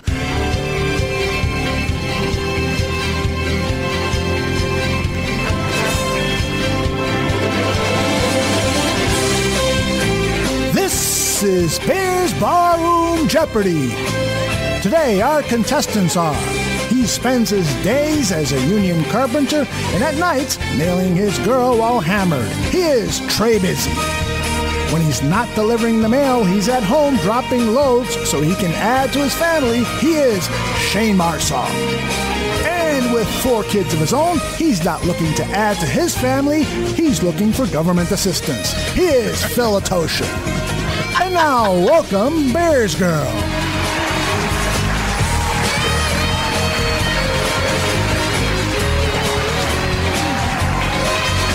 Welcome to Bears Barroom Jeopardy.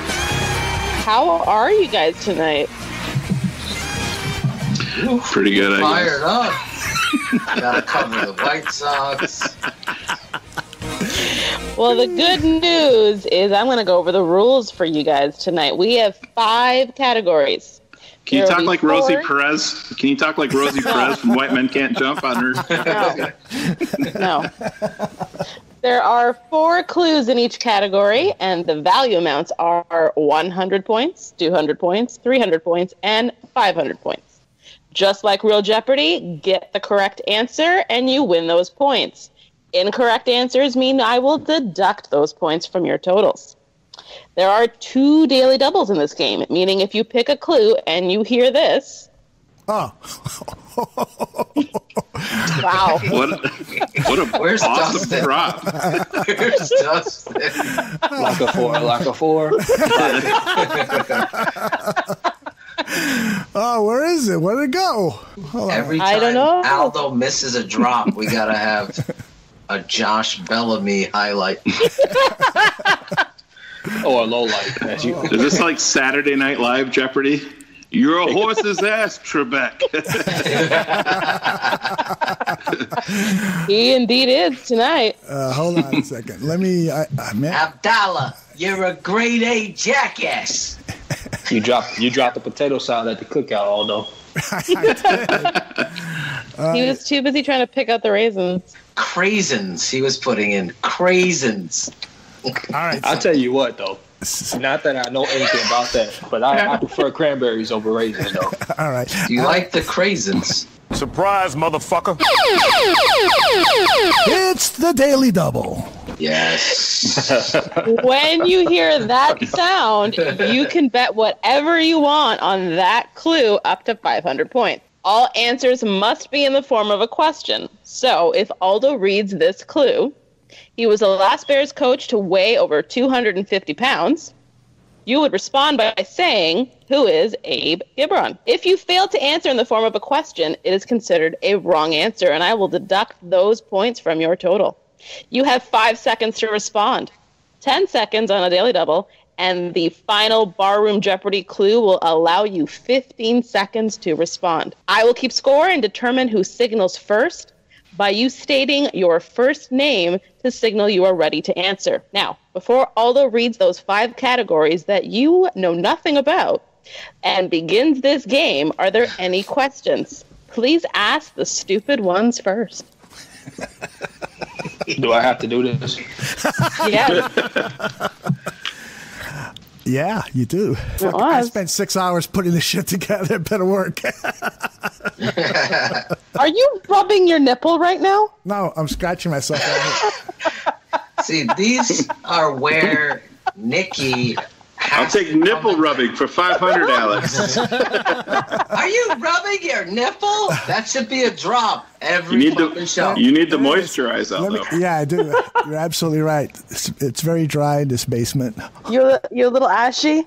A little ashy. You got that cocoa butter, yo? Olive oil. Oh, jeez. What was Kyle Long's Kirkland. Kirkland. Who the fuck buys Kirkland? We just Everybody who goes to Costco. We just killed Hogan Johns for not talking Bears, and we're talking about rubbing dry nipples. Here are your categories. First one is Bear Necessities. The clue is going to give you a moment in Bears history, and you will come up with the player who was necessary for the win. The next category, North or West. This category is about tweets either done by Mike North or Kanye West. I knew it. That's great. Next category is NFL owners. It's all about NFL owners. Fourth category, Gone, Not Forgotten. About players in Chicago Bears history who are gone, but we still remember them. And finally, our last category is Barfly Tweets. Tweets done by our lovable Barflies. Are you guys ready to play? Any last final questions? All right. Barfly Tweets, correct? Barfly Tweets. Okay, I spun the bottle, and it looks like Trey gets to pick a category and an amount first. So, Trey, It's all yours. I guess I'll take bare necessities for $100. He scored the game-winning points with 2 seconds left to give John Fox his first win as coach of the Chicago Bears. Idiots. No one signaled. No, I didn't. I don't know who that was. I didn't want to steal Trey's. The answer is Robbie Gold. He did it in October. He had it right. Versus the Raiders. Yes, I did, but I really didn't feel like going through it again. Trey, you're still in command of the board. What was it, Northwest, right? North or West for $100? Northwest for $100. You don't have to agree with Trump, but the mob can't make me love or hate him. Alec. Go ahead, Trey. Who is Kanye West? Wow. That is correct, Trey, and you're still in command of the board. Barfly tweets for $100. Barfly tweets for $100. So it's Taco and Titty Tuesday. I'm trying to get a 6-pack of beer and watch the Celtics play. Shayne. Go ahead, Shayne. AC. Who is AC? No, he did not say it in the I had question. 5 seconds. I had 5 seconds. No. He's got. Took my Robbie Gold. He's got 5 seconds. Robbie Gold. He's got 5 seconds to correct it. That is correct. He does have seconds to correct? Correct. Yes. Oh. All right. Damn, I mean, I got 200 right now. Then cool. Shayne, you have control of the board. Bare necessities for 200. He caught 2 touchdown passes in the game, but it was the 26-yarder with 6 minutes and 6 seconds to go against the Jets at Soldier Field in 2010 that proved to be the game winner and helped secure a playoff spot. Shayne. Go ahead, Shayne. Who is Johnny Knox? Oh, yeah! Good answer. Very well done. That was for 200 points. Bears, go tell us what the scoreboard looks like. So the board currently looks like Shayne in the lead with 300, Trey with 100 points, and Phil with nothing. All right. Shayne, you still in control of the board. Write a song about that, motherfucker. I'll take bare necessities for 300. Should add Phil's songs category to help me a little bit. Okay, bare necessities for 300. It was Lovie Smith's last win as head coach of the Bears, and he was the kicker who nailed the 20-yard field goal for the winning score. Alec. Go ahead, Alec. Robbie Gold. Who is Idiots. Anybody else? Correct answer was Olindo Mare. He did it Olindo December Mare. 30th, 2012. So that's Syracuse. minus 300 points for Trey. Shayne, I got it. You're still in control of the board. Bare necessities for 400. It's actually 500. We skipped from 300 to 500. Okay. He rushed only 8 times for 34 yards, but his 2 rushing touchdowns were the only non-extra point scores for the Bears in their 14-10 NFL championship win in 1963. Idiots. 63. Yeah, you guys should know your Bears history, man. It was quarterback Billy Wade. He had 2 quarterback sneaks for touchdowns. All right. Did he have any bazooka gum in his back pocket?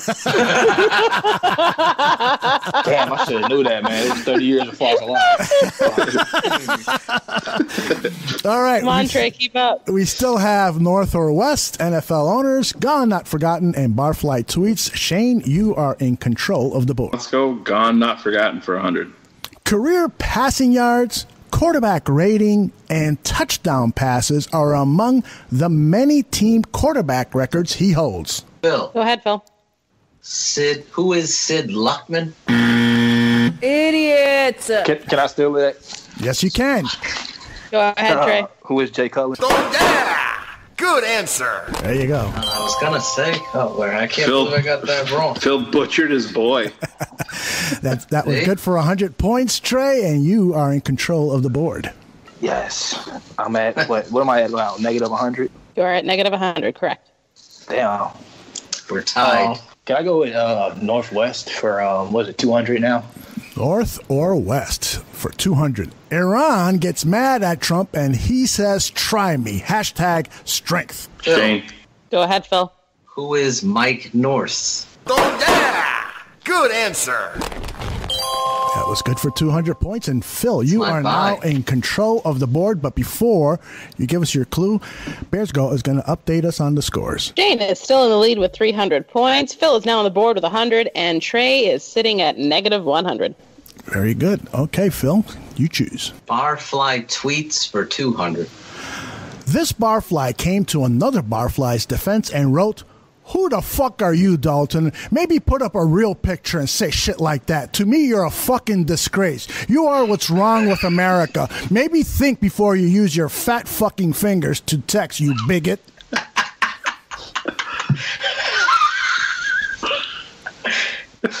Oh, man. Dalton? He's talking to someone named Dalton? That is correct. Okay. Oh, shit. Anybody? Idiot. That was Little Nicky Kurtz. I was going to say. Yeah, that was my first thought. That was my first guess, Nicky. He did it on February 21st, and he came to the rescue of Bears Girl, who was in an argument with a fat fucking fingered bigot. I don't even remember Dalton. Thanks, Nicky. Nicky is a great guy, man. I would love to see from the Bengals. That's what I was thinking. Andy Dalton. That's what I thought too. All right, I believe it is Phil still in control of the board. Let's go NFL owners for 100. NFL owners for 100. This owner did not appear on our show and did not say this. Respect the elderly, motherfucker. Alex. Go ahead, Trey. Who is Virginia McCaskey? That is correct. So, yeah! Good answer. All right, so Trey, you are on the board again, and you are now in the plus category. Is that correct, Bears Girl? No, he is now sitting at 0. Okay. I'm at the 0 category. Very good. Trey, just like my hopes and dreams. I just want to say that episode with Virginia McCaskey, that shit was hilarious. Something's wrong with you motherfuckers. Yeah. You're all going to hell. Something's seriously wrong with y'all motherfuckers. That is a correct answer for 500 points. There is something wrong with us. Is that the Daily Double, BG? What's up, man? No. What do we have left for Northwest? We have the 300 and the 500. Let me get the 500. There was a time when slavery was the trend, and apparently that time is still upon us, but now it's a mentality. Phil. Go ahead, Phil. That would be, who is Kanye West? Wow. That is correct for 500 points. So let's look at the board right now. There is still one category left at North or West. There are 2 for Bears Necessities. There are 3 for NFL owners. There are 3 for Gone Not Forgotten. And there are 2 for Barfly Tweets. Phil, you are in control of the board. NFL owners for 200. He had over $29,000 in cash, some of it in a laundry bag when he was pulled over by police for erratic driving. Phil. Shayne. Go ahead, Phil. Who is, oh my God, I just lost his name, the Colts owner. Can I steal it? Shayne. Not yet. Why is that's not correct? He is the owner. Shayne. We're looking for his name. That's Shayne. Can I steal it? Shayne. Bears Girl, you must make a decision here. Shayne. I said I can steal it first. So, unfortunately, Alec did not use his name, therefore I must go with Shayne. Who is Jim Irsay? That is correct for 200 points. Bears Girl, update us on what the scoreboard looks like. So, Shayne is sitting at 500 points. Phil is coming up at 600 points. And Trey is sitting at 0. Very good. Shayne, you are in control of the board. Gonna go Gone Not Forgotten for 500. Surprise, motherfucker. It's the Daily Double. So, how many points does Shayne have? Shayne has 500. You can so bet he can all wager them all. 500 and make it a true Daily Double, or choose any amount you want. I'm going to make it a true Daily Double, Mr. Gandia. Excellent. Here's your clue. Other than Gale Sayers, he is the only running back in Chicago Bears history to have at least one game, 70 yards receiving and 70 yards rushing. I'm going to say, who is Matt Forte? Idiots. Correct answer, Jeremy Langford. That Rams game? That Rams game is the only other one, and Gale Sayers did it 2 or 3 times. All right, who is? Yes, I'm not in last place no more. Shayne, you have control of the board. That cheesehead's gonna look up. Shayne, you have control of the board. I will go with Gone But Not Forgotten for 400 or for 300. In 2001, he won 11 of his 13 regular season starts as the Bears quarterback. Shayne. Go ahead, Shayne. Who is Jim Miller? Wow. That is correct for 300 points. Shayne, you are still in control of the board. Gone But Not Forgotten for 200. Gone, Not Forgotten for 200. In 2015, these 2 players were voted by their teammates as defensive captains. Alec. Go ahead, Trey. All right. The first defensive captain was Jarrell Freeman. Idiots. Anybody else? Shayne. Oh, you just got it in. I'll try it. Yeah, I'll say, who is Antrell Roll and who is Tracy Porter? Do your research. Wrong. It is who is Pernell McPhee and Antrell Roll. So that's minus 200 for Shayne, and you still are in control of the board, Mr. Marsaw. Okay, let's go with NFL owners for 500. NFL owners for 500. At the last stock offering, the Packers held each share of common stock. They valued it at $250. But what is really the monetary value of each share today? Phil. Go ahead, Phil. $0. That is correct. 500 points. Yes.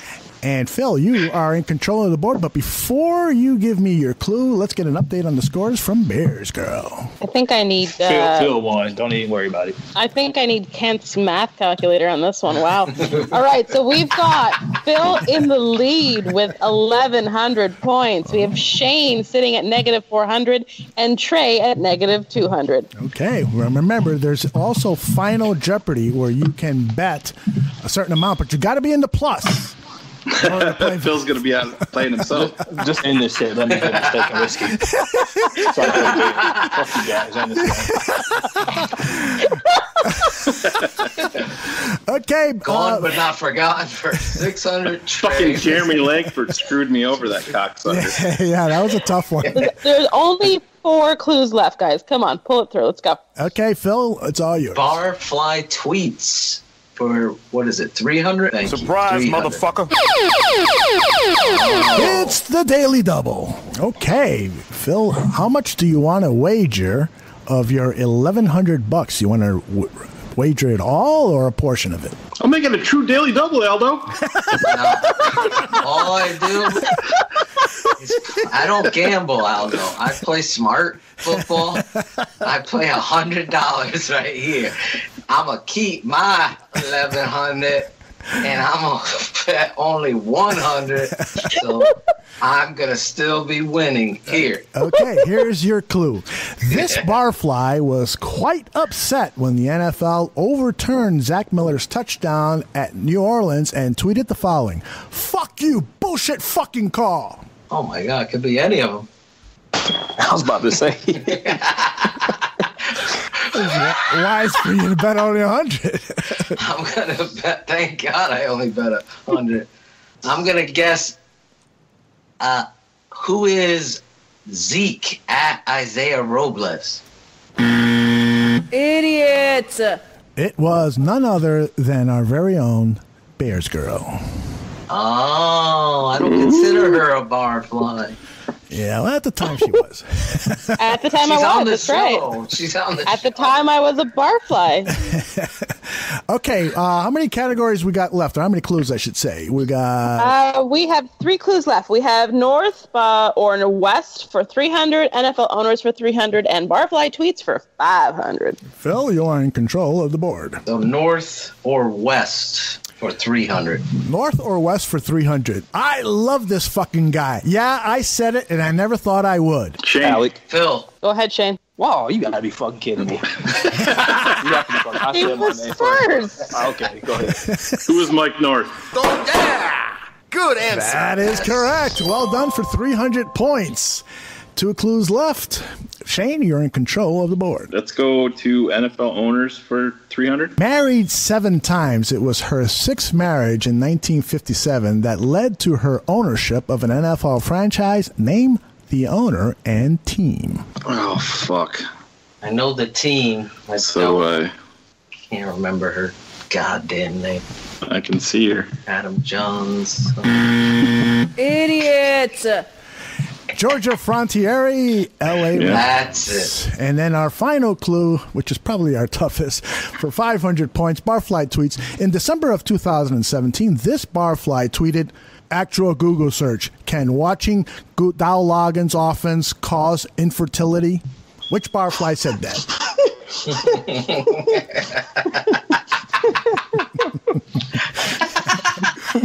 That is a great team. That is a great team. But this is a really fucking tough category. Trey, you're in the negative. You might as well risk it. Yeah, Like, I'm Trey, going to take go ahead a and take it. chance. I'm going to take it. Okay, go ahead, Trey. Go ahead, Trey. I'm going to say, who is Frankie Myers?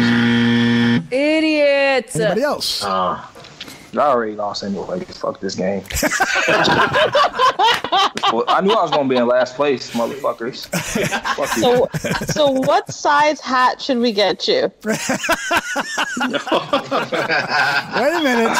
It's still not over yet. Anybody else on that last clue? No? Okay. So, Bears Girl, give us... It's over. No, we have a final Jeopardy question. Only Phil can participate. He's the only one in the positive category. So I win. I thought Shayne was in the positive, no? No one. Shane has a believed negative in me. 100.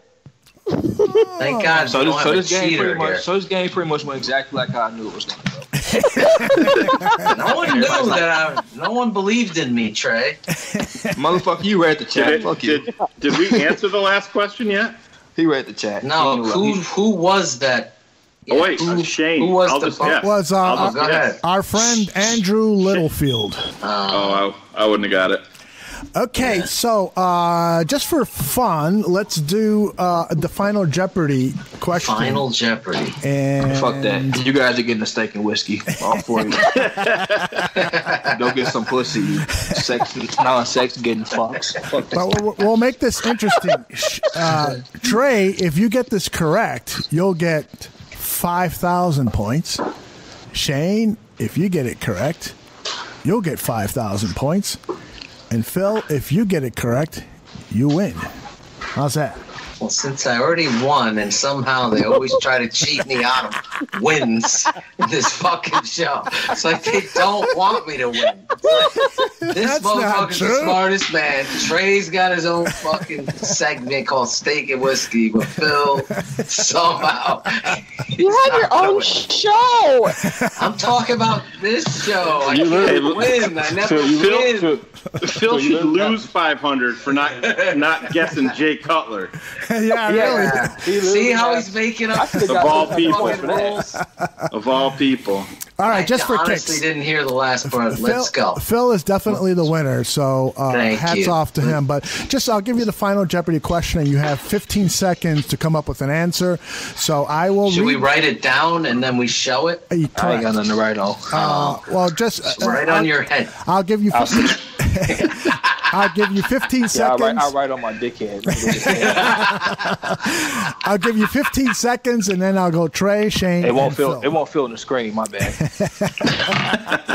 All right, this Bears player holds the NFL record for the shortest punt return for a touchdown in history. You have 15 seconds.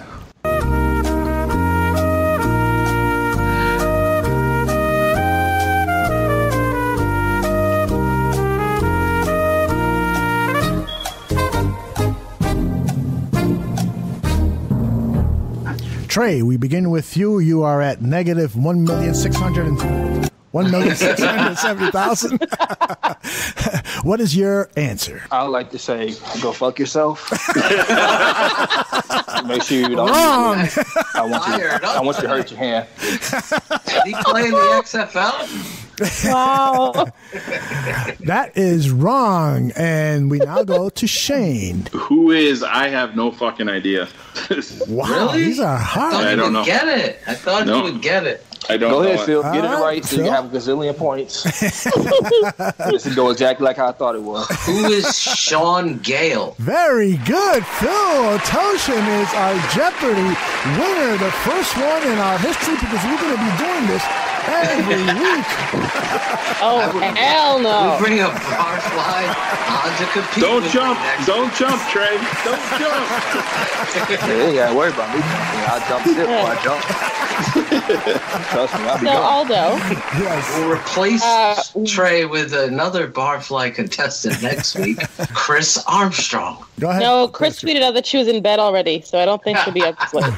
Why don't you let the loser know what their punishment is, Aldo? Okay. Who has the lowest number? That would be Trey. And so, Who do you think got the lowest? Who do you think got the lowest number? Surprise, motherfucker. Trey, My punishment is to stay off the bar room. Aww. no, Trey, here's what you got to do as a loser. With the person with the lowest score. We don't want to reveal who came in second place because we want the audience to have some expectation. But tonight, you have to go on Twitter, post a picture of yourself with a piece of paper that said, "I lost at Bears Barroom Jeopardy." You want me to? That's pretty easy. Can you write it down for me so I can remember that? Totally let him off the hook. I'll never be able to remember that. I lost on Jeopardy. I will DM Trey you. busy. Make sure you type in capital letters too. I might have a hard time. I will do that. How about you just make the Jeopardy blue screen and have it say who was the loser at Bears Barroom Jeopardy, and then Trey has to pop up and say, "Who is me? Who is me, motherfucker?" Hold on, hey, Shane, how many points you got? Negative 100. Hey, you lost too, motherfucker. Negative 100 ain't winning. Let's run a poll tonight. Let's run a poll. Who do you think won? Yeah, that's a good one. See where they're all vote. I can do that right now. That would be great. Very good. And then tomorrow, as you release this, we release the video of Trey later in the an hour or two after, and very good. And there's his punishment. It has to be a video of you saying, "I lost on Jet." How did you say it, Shane? That was good. No, I was gonna hold up the paper like they said. I'm not gonna do no extra. Come on. Who is me? Who is me, motherfucker? All right. I'll lead a dramatization to Phil. All you have to do is just go on that, and Aldo will edit the rest. That's right. I'll take care of it for you, Trey. Don't worry about it. Just jump in and say, "Who is me, motherfucker?" That's it. Trust me, Trey. I will properly humiliate you as soon as this is done. But let me get you back into your element, Trey. Oh, yeah. Bears Barroom, 100 proof. I can see Air Jer just bobbing his head. Steak and whiskey. The Bears Barroom vibe just hits me. Steak and whiskey. The Bears Barroom vibe just hits me. Steak and whiskey. That Bears Barroom vibe just hits me. Steak and whiskey. That Bears Barroom vibe just hits me. Who needs pussy? That Bears Barroom vibe just hits me. Who needs pussy? Come on, barflies. They need fans, they know they do. They need pussy. The Bears Barroom vibe just hits me. Yeah, you love that steak and that fucking whiskey. Coming from the colonel of the barflies, busy. He looks at the frauds in the media, the ones that need and don't get pussy like chlamydia. Bears 100 proof with your man Trey Busy. Discover who needs pussy, cause the football takes make it shitty. Chi-Town's finest coming real on 100 proof. Working on a skyscraper, listen to the bar, spit the truth. Waffle cone, get 3 scoops. A writer, not a blogger, cause he could bench the weight room. That's my boy Trey Biz, dropping truth on these suckers for the barfly whiz kids. Whiskey, the Bears Barroom vibe just hits me. I love that song. I love that song too. If this is the first time you're listening to the Steak and Whiskey segment, it is Trey Bizzy's segment where he identifies someone in the media who needs to see a woman by the cat, because whatever they tweeted, whatever they said on TV, or whatever they wrote was just so damn stupid that the only remedy is that they need some pussy. So now that also applies for the opposite sex, but I don't think Trey is ever going to suggest somebody needs some dick, although I don't know. Maybe there might be one out there. Well, maybe it's the lady crying at the barbecue.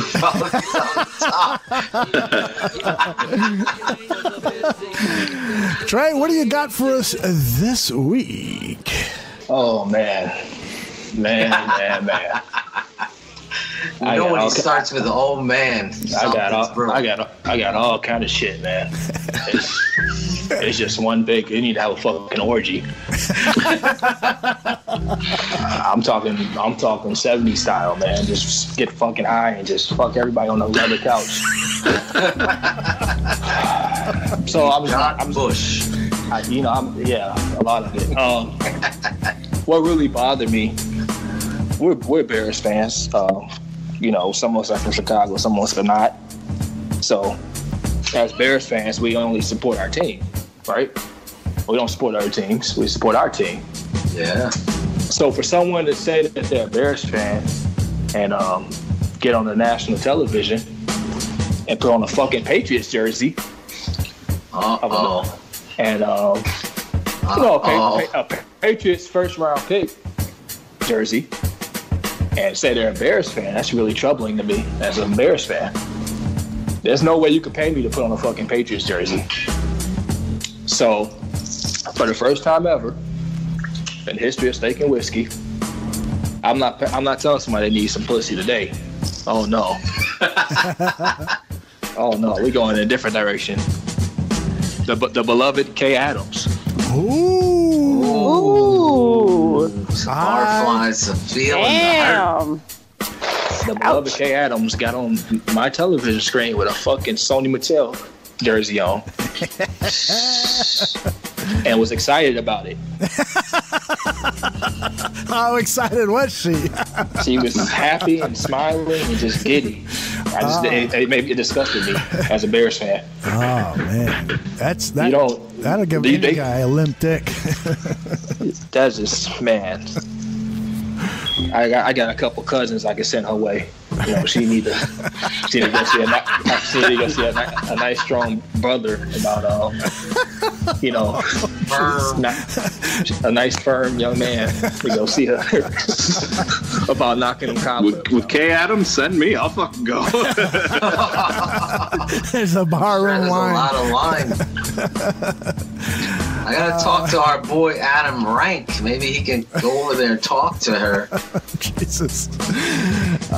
Because I gotta agree with Trey here. Yep. I mean, I saw it too, and I'm like, listen, growing up my whole life, Aldo, Trey, Shayne, people who fucking all of a sudden exit left and go to another team like the Raiders or the Patriots, that's the kind of pussy or people that need something else. I just, the loyalty level, like I've been through the hard times. I've never quit. I'm in Connecticut. See how that rhymes? I have no passion for that. I totally agree with you, Trey. You had a national stage, double up on Roquan. Hey, wear a Anthony Miller jersey, Kay. Get out there and support your team always, first and foremost. All right, here we go.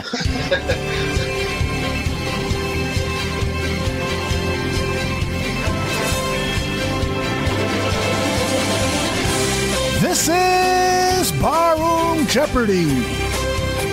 This week our contestants are, when he's not fighting for our country, he's fighting off all sorts of venereal diseases.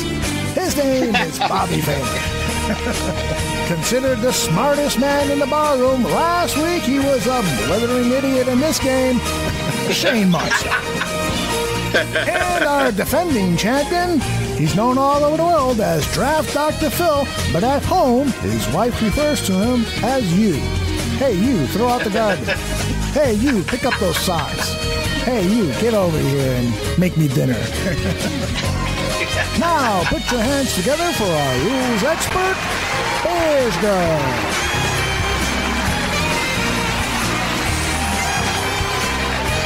All right, let's go over the rules again, since last week y'all couldn't keep it together.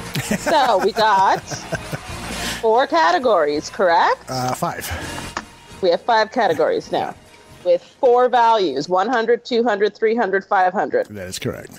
You will pick the category. You will pick the amount.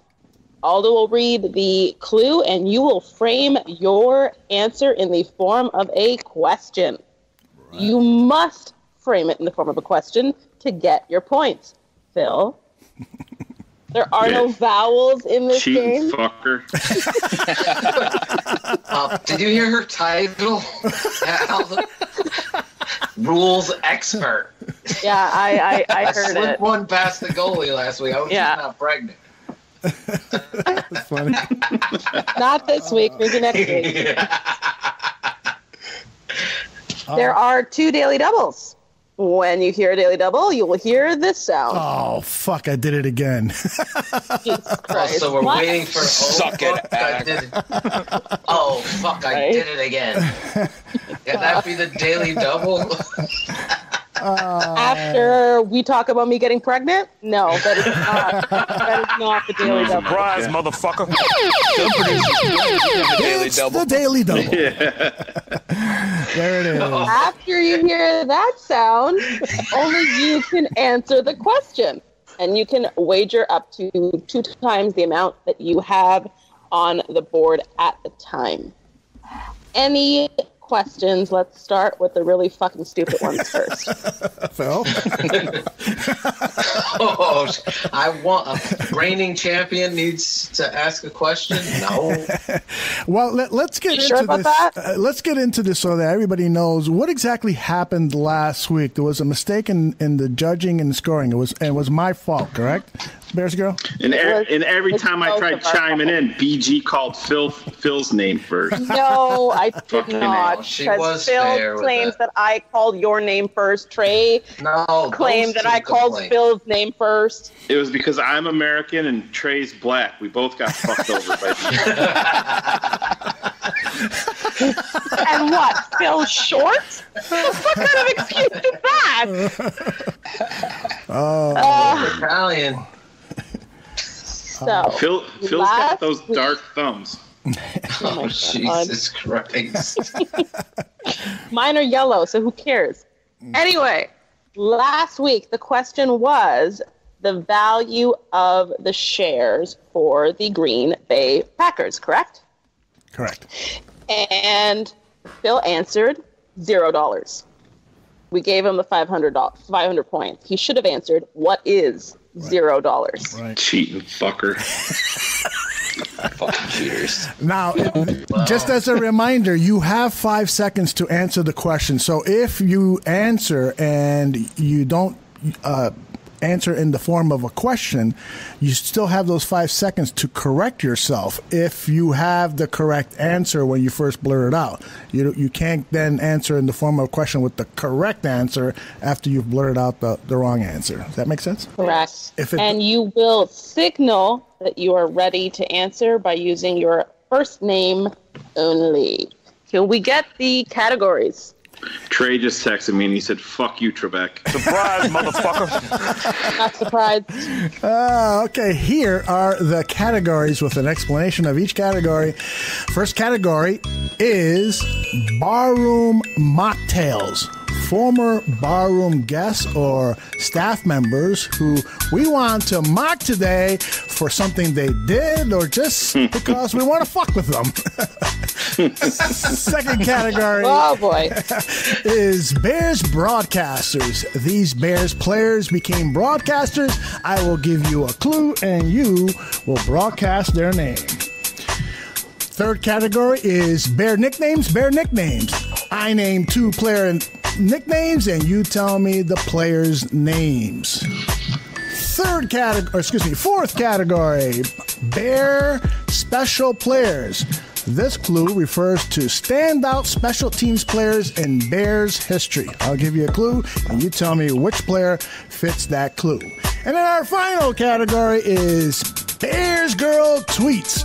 These are tweets. That's right. These are tweets by Bears Girl over the last several months. I'll say the tweet, the clue that is, and you will tell me the question. Fuck, do I become a category in this? Did anybody shit remember show? to tell Bobby to write all these down? No, I didn't write any shit down. All right, so I can see how this Give is me going the to go. fucking third one for 500. I love it. We can do it that way. All right, since Bobby Phelan is our guest, first time on the show, serving our country, he gets to pick the first clue and the dollar amount. Bobby, it's all yours. Give me nicknames for 100, Trebek. Okay, for $100, Sweetness and the Fridge. Bobby. Go ahead. So Walter Payton and William Perry. Fuck, and I didn't answer the question. Shayne. Fuck your rules, BG. They're not my rules. 5 seconds are up. Shayne, go ahead. Who is Walter Payton and who is William Perry? Not 2 questions. Good answer. That's 2 questions. We will accept that. Okay, so Shayne is on the on the board with $100, and our guest is minus $100. Great, I've been muted this whole time. Great. Fuck. Sure. I swear to God. Sure. Son's lives. That's okay. That's why the Right. show's on the He couldn't second. find that button when he was writing songs. Don't laugh at his stupid BG. Don't even laugh. All right, Shayne, you Can are we get the in. categories one more time? Sure. Real quick. The first one is Barroom Mocktails. We making some fun. Mocktails? Yeah, we're mocking some of our previous people on the show. Bears Broadcasters is the second one. Players who are now in broadcasting careers. The third category is Bear nicknames. Bear nicknames. That's 2 players. I name their nicknames, and you tell me the names of the players. Bear special players about special teamers, and Bears Girl tweets. That is the final category. Tweets. Again, it's 100, 200, 300, 500, and the $100 category is off the board. Bear nicknames, and Shayne is in control of the board. I will take Bar Mocktails for 100. Bar Mocktails. This former barroom writer committed to writing a couple of dozen scouting reports, but failed to deliver on his promise and Phil. never. Go ahead, Phil. Who is West Coast Phil Rainey? Oh, yeah! Good answer. Very good. $100 in the category for Draft Dr. Phil Atoshin, and he is in control of the board. I'm going to stay with Barroom Mocktails for 200. This former Bears Barroom personality tweeted out that he learned he was fired from our podcast while listening to one Phil. of our... Go ahead, Phil. Who is Jose Ponch Cotto? Oh, yeah! Good answer. Very well done. Hello?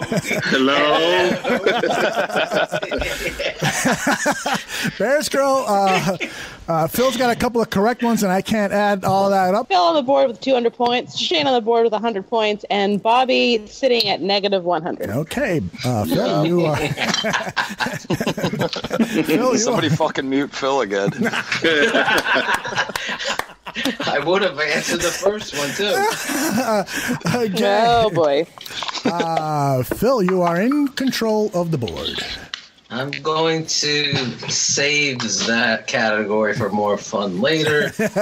Let's go with Bear Special Players for 100. All right, this clue refers to a standout special teams player in Bears history for $100.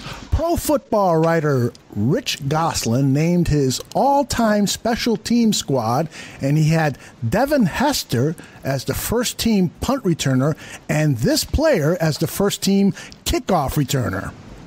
Bobby. Go ahead, Bobby. Who is Gale Sayers? Oh, yeah! Good answer. There he is. Very well done. Bobby Phelan, you are in control of this board. Let's go get that daily double on nicknames for 200, Beej. I hate Beej. Oh, my God. We all love her, though. I know. She's such a bitch. Is it? Wait, what was it last night? Bears Gal? Bears Gal. I've had everything. I had Bar Girl. It's all good. Bar Girl, really? I haven't heard that one. All you right. gave it to me. Oh, did I? I didn't hear myself think. Bear nicknames for 200. Human Joystick and Pretty Boy Assassin. Phil. Bobby. Shayne. Go ahead, Phil. Who is Tariq Cohen and Mitchell Trubisky? Oh, yeah! Good Who the answer. fuck is Tariq Cohen? What? You said Tariq Cohen. I said Cohen. You said Cohen. Play it back. Oh, Jesus. It's his New York accent. Shut up, Big Trebek. Yeah, I grew up in Brooklyn. That's their 4 days a year. What's a with naked summer? people. I also went to Hofstra, and that's in Long Island, and it's constant around me. Anyway, who the fuck are you? I'm going to stay with Bear nicknames for the next up. What was that, 300? 300. 300. 300. Okay, Bear nicknames for 300. Mongo and Samurai. Shayne. Phil. Bobby. Go ahead, Shayne. What? See, that's how I got fucked over, Phil. No, I'm going to trust her. She has not failed. Oh, shit, now I forgot the question already. 5. Who is Steve McMichael and Mike Singletary? Oh, yeah! Good answer. Very well done. It is time to get an update on our scores as the points are piling up here. Bears Girl. Thank God this is not a real show on cable with Jeopardy, because we'd be off the air in 3 seconds flat. Shayne is on the board with 400 points. Phil is on the board with 400 points. And Bobby is sitting at 0. I would like to... I have 500 points.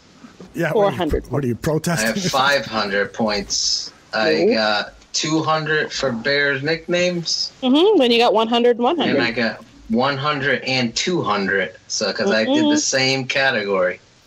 Yeah. Barroom He's correct. mocktails. Yeah, he's right. I have him down for that, too. Yeah. Say that again, Aldo. Because the executive of... Hold on a second. Phil You had got 1, 2, 3, 4, 5, 6. I'm keeping 1, track. 2, 3, 4, 5, 6. Let me go over it for you. 200 for Human Joystick and Pretty Boy Assassin, 200 for the Jose Cotto, and 100 for the West Coast Phil. That's 500. Thank you. Yes, sorry. I had the two, the first question doubled up for Bobby and Shayne. Go ahead. Who fucked That's for up? you, 6 hi, off the cousin. board. Who That's fucked for up you, that cousin Bears? Barroom Jeopardy. She's my number one fan in this game. All right, She's your number one fan in everything. Not anymore. Is there a phone a friend? Shayne Marsaw, you are in control of the board. Let's go BG tweets for 100. Yes. Bears Girl tweets for $100. Whose loved ones was Bears Girl defending when she tweeted out the following on January 1st? This brilliant chap gets his panties in a knot over a song he claims is low, yet attacks children in a follow-up tweet. Congratulations, you already won the Douche of the Year award. Shayne. Go ahead, Shayne. Who is Phil Toshin? That is correct. Oh, let me play Damn, Phil. I'm not from Belize. I was defending you from Belize on vacation. She was on vacation defending you. That was pretty cool. All right, Shayne Marsaw with his second consecutive correct answer, and he is still in control of the board. Let's stay here. BG tweets for 200. BG tweets for 200. Our most beautiful girl in the barroom tweeted out the following. The giraffe known as Glennon is really good at only one fucking thing. This is what she was referring to. Bobby. Go ahead, Bobby. I missed the whole question. Me too. I did hear a thing. Bobby heard it. Yeah. I think I heard what you said at the beginning about whatever. I'm gonna say what is the coin toss? Good answer. And Mr. Phelan is in control of the board. But first, let's get a quick update on the score. Yep, so Phil is still at 500. Shayne is now also at 500. And Bobby is on the board with 200. Excellent. Bobby, it's all yours. Let me get, what was it, special players, special teamers for whatever's next. 200. 200. Bears special players. He was traded to the Bears in 2005 and made 2 straight Pro Bowls in 2006 and 2007. Shayne. Phil. Go ahead, Shayne. Who is Brendan Iambadejo? Good answer. Very well done. Boy, oh boy. Shayne. Second time is the charm, man. We're getting a lot of right answers. Let me tell you guys, it is funnier when because you're not asking shit from the fucking 40s. Well, I should tell you. Bobby's coming right in. What teenager from the barroom was at the 1963 championship game? I should tell you that it gets harder as the point value increases. So, Such as the first playoff game in Decatur. Yeah. I was 3 years old. That's all those clues. Okay, Shayne, you're in control of the board. All right, let's Bears special teamers for 300. Surprise, motherfucker. It's the Daily Double. So, Shayne, you have 700, and you could double that if you like. Wage 700. Can we get a point total for everybody? Yep, you're at 700. Phil's at 500, and Bobby is sitting at 200. I'm going to ballsly out and be a giant pussy and only bet $100 here. All right. All right. He remembers how he fucked up last week, the Jeremy Langford question. Okay. This is the Daily Double. Clue. 3 non-quarterback players are tied for the most 2-point conversions in Bears history. These are 2 of the 3. Most 2-point conversions, he said? That is correct. Who is Walter Payton and Matt Forte? Idiot! There weren't even 2-point conversions when Walter Payton was playing. Oh. And Aldo would know that because he saw him play. Yes, I did. I shook his hand, too. The 3 players, we were looking for just 2 of them. Martellus Bennett, Matt Forte, and Brandon Marshall. So really? Yeah, that's right. So we have one of the 2 Daily Doubles off the board, and Shayne is still in control. Let's go with Bar Mocktails for 300, I think. Bear Mocktails for 300. He wanted the bar room to pay for its subscription to theathletic.com. So Shayne. Phil. Go ahead, Shayne. Who is the biggest pussy I know? Matthew Balsley. Good answer. Just for those of you who don't know, let me finish reading the rest of the clue. He wanted the bar room to pay for a subscription to The Athletic so he could incorporate Dan Durkin's work into his articles. 3 weeks after I paid for the subscription, the fucker quit. Seems to do very well at quitting. He does like beef jerky though. Check out his timeline. Oh, really? Okay, you want to give us an update on the scores there, Bears Girl? Yep, Shayne is sitting at 900, Phil still at 500, and Bobby at 200. Excellent. Okay, we have the Bears broadcasters, all 4 clues there. We have 1 left at Mocktails, we have 1 left at Bears Special Players, and we have 2 left at Bears Girl Tweets. So, we go now to Shayne. He is in control of the board. Let's finish off Mocktails. Mocktails. On Bears Barroom Radio Network, on a Bears Barroom Radio Network show, this Twitter gadfly said the following when defending the play of Bears quarterback. Phil. Go ahead, Phil. Oh, shit. I think you're supposed to say, who is oh shit, right, Phil? Who is Mr. Magoo? Idiot! I will finish reading the clue.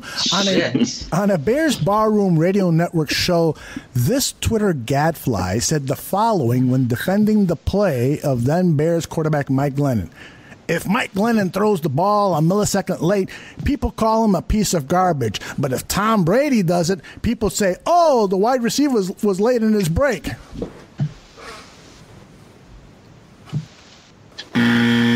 Idiot! Okay, nobody wanted to risk the 500. It was...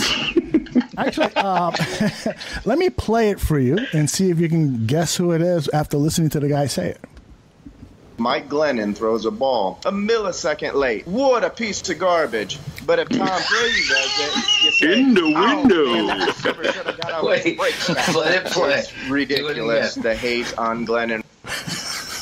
Let me play it one more time. It's priceless. He can't delete this Mike tweet. Glennon throws a ball a millisecond late. What a piece of garbage. But if Tom Brady does it, you say, oh, man, that receiver should have got out of his breaks faster. It's ridiculous, the hate on Glennon. Ridiculous. Bring Glennon back. Right? Some people. I already released the balloons. I'm not fucking buying new ones to welcome him back. All right, Barroom Mocktails is now Bobby closed. wants in. Bears Broadcasters is fully open. We've got 1 left on nicknames and 1 left on special teams players and 2 left with Bears Girl Tweets. Who's in control of the board? I forgot. I think it's still me. All right, It is. Gotta be Shayne because I got that wrong. Yeah. Who is Magoo? I thought he was talking about the center. I jumped the gun. Is there any chance is there any chance they're the same person? Let's go. Special teamers 400. Special teamers for 500. Or 500, sorry. Yeah. And remember, these get tougher as they go along, so don't swear at me. In the year 2000, this Bears special teamer set the single season team record for combined kick returns and return yards. Shayne. Go ahead, Shayne. Who is Glenn Milburn? Yes. That's what I was thinking. Good answer. Wow. A huge 500-point haul there. Let's give Bears Girl a couple of minutes to total up the score. I'm already done. Sure you don't want to double and triple check it since you fucked up last time? So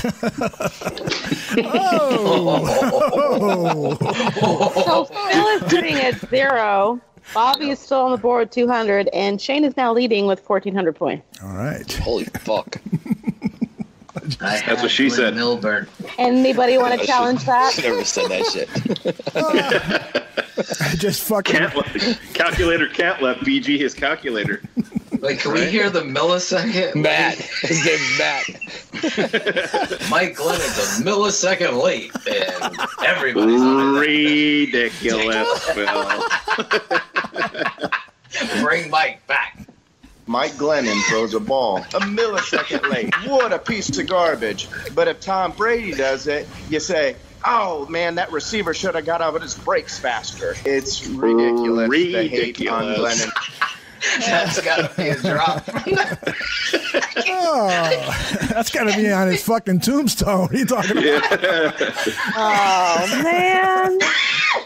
on. We lost Bobby Phelan. Bobby leaves? He said, fuck Bobby this was so fucking pissed off.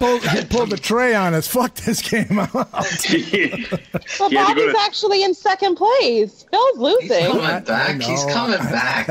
I'm not saying He got disconnected. He had to go to Top Gun with the rest of the Air Force guys, okay? The alarm went off. He was a millisecond late. All right, so we need the theme music while we wait for Bobby to return. Let's go, Aldo. Mom. Really? Oh, man.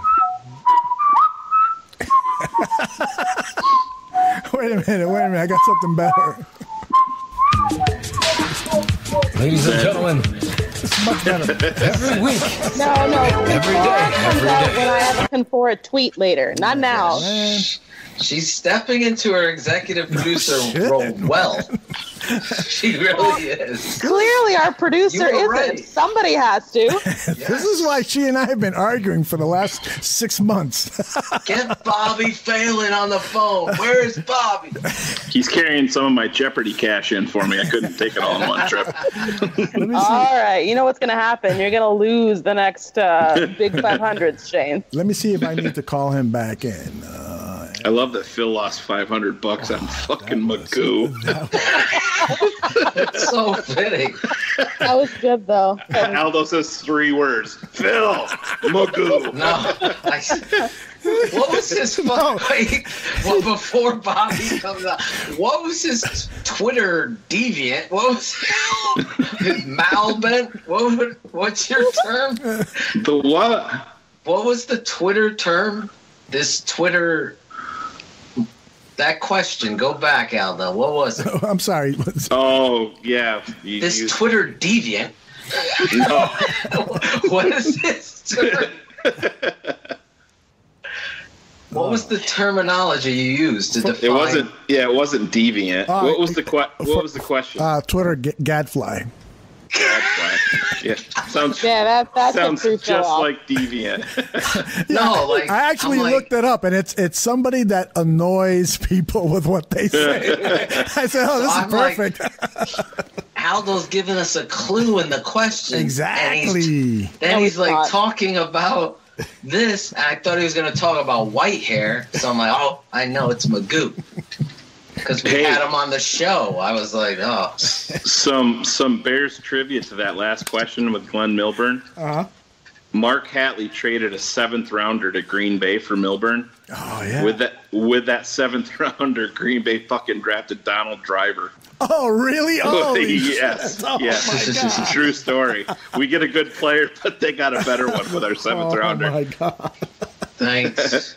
Oh, shit. Just our luck. Bobby back? No. No. Why do I think that Phil paid Bobby to go away so that he still has a chance to win this? Oh, Jesus. Jesus. Hey, you want to hear something really funny? I forgot to fucking come up with the final Jeopardy clue. Why am I not surprised? You got plenty of time right now. I'm looking through my trivia question to see. That's a good one. There he is. He's back. Bobby. I don't know. Yeah. Where did we lose you? Do you remember the last question? I'm on it. No, I don't remember the last question. But go ahead, wherever you're at, it's fine.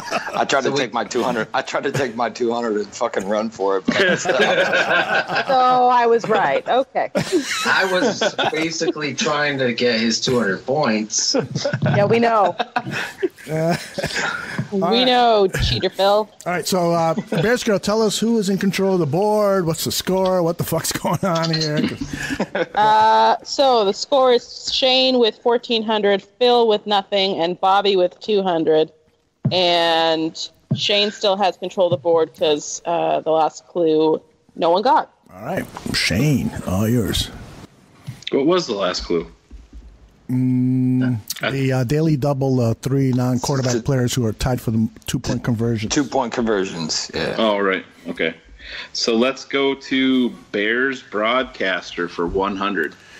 Bears broadcasters for 100. After catching 173 career passes with 9 touchdowns as a Chicago Bear, he turned to broadcasting and now co-hosts an afternoon show on ESPN 1000. Phil. Shayne. Ooh, ahead, Phil. Who is Tom Waddle? Oh, yeah! Good answer. Very well done. Phil clawing his way back up the leaderboard, and he is in control of the board. Bear nicknames for 500? Bear nicknames for 500. The Kansas Comet and Galloping Ghost. Shayne. Go ahead, Shayne.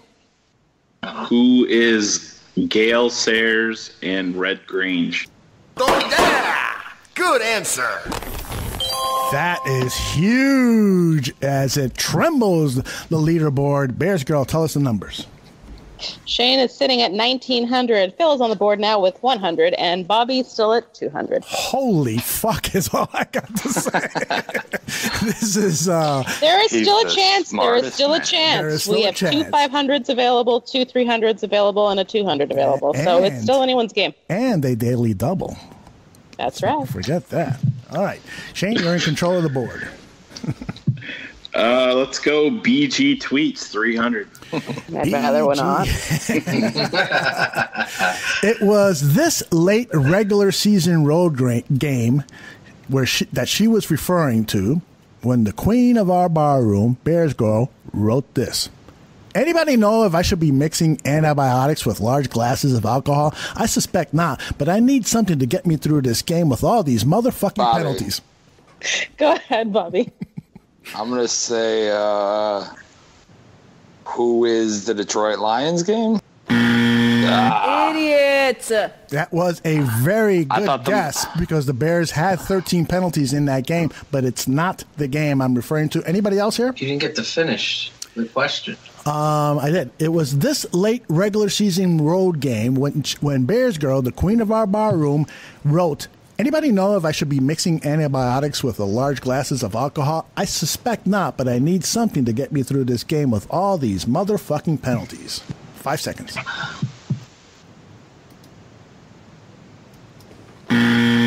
Idiot! Was back on December 10th. She was watching the Bears and Bengals play. The Bears had 10 penalties in that game. Glad I didn't guess. And they won. And I was at the Detroit game, so I was not. Yeah, I thought you were just saying, like, I had to get through this game with these fucking idiots, as in Nikki. Well, I would have if I was talking Yeah, about Aldo sitting Nikki. next to me. You had to get through the game with Nikki. Where the fuck's my phone? Oh, there it goes.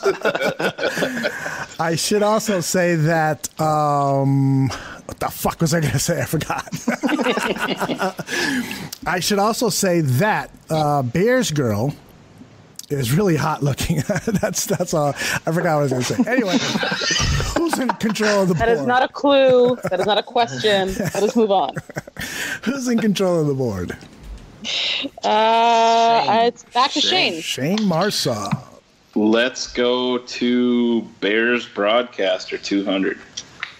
Bears Broadcasters 200. He played 4 of his 6 NFL seasons with the Bears, and despite being a Mike Glennon apologist, he's had a... Phil. Go ahead, Phil. Who is Jim Miller? Oh, yeah! Good answer. Very well done. I want to play this clip of Jim Miller because I called him a Mike Glennon apologist. Well, when he was on with Danny Parkins of the Score Sports Radio, he got into this tete-a-tete with Mr. Parkins, a friend of Bears Barroom, and this was the exchange. You're not kicking the can or Mike Glennon to the curb right now. He has done nothing to justify pulling him right now. Do you agree with that? Mike Glennon completed one pass to a receiver yesterday and had 101 yards of passing. So from your coaching experience, that's good enough to pull a guy? No, hold on a second. My eyeballs tell me that he's not a very talented quarterback with upside, and if the Bears aren't winning anything this year with regardless of who's at quarterback, once I've made the determination... But that's not the way they're thinking about it. I don't care. That's how they should be thinking about it. I want to give credit to Danny Parkins because his eyeballs are like mine, Phil's, Bobby Phelan's, Bears Girl, Shayne, and about 10 million other Bears fans. And I don't know what the fuck Jim Miller was thinking and why he was defending Mike Glennon. That was just ridiculous. I was waiting for Danny to give me the Cubs score. Ouch. And Jim Miller has blocked me on Twitter, so fuck them both. Who hasn't blocked you on Twitter? That's right, man. None of you fuckers yet. Can you play that audio again? Watch how he Freudian slips and says, "If you kick the can," I mean. Yeah. He had it right the first time. You could have stopped it right after he said Mike Glennon has done nothing. You're not kicking the can or Mike Glennon to the curb.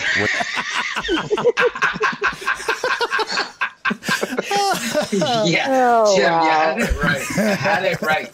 All right, Phil. You just scored 200 points there, and you are in control of the board. And to let you know what's available, we've got 300 with Bears Broadcasters, 500 at Bears Broadcasters, and 500 with Bears Girl Tweets.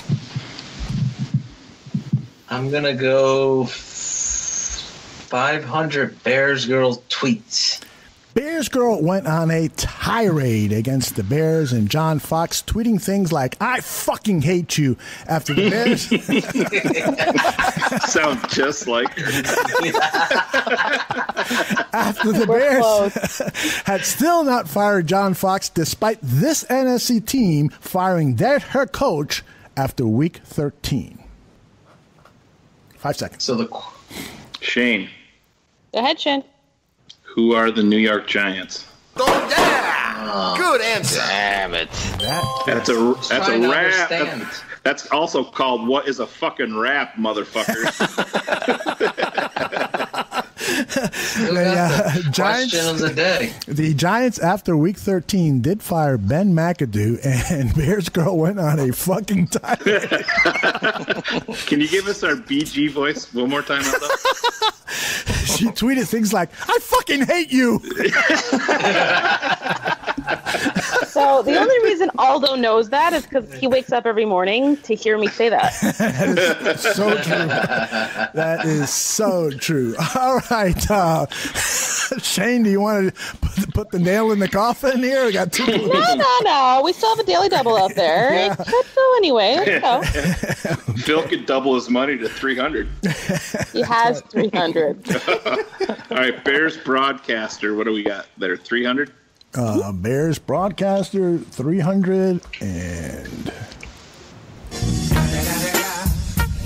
Snoop Dogg. Oh, the appearance of Snoop Dogg means that the following clue is an audio clue. Listen closely to the list of Bears quarterbacks. Do you have to Lance answer Briggs in the wanted to punch in the face. Krenzel?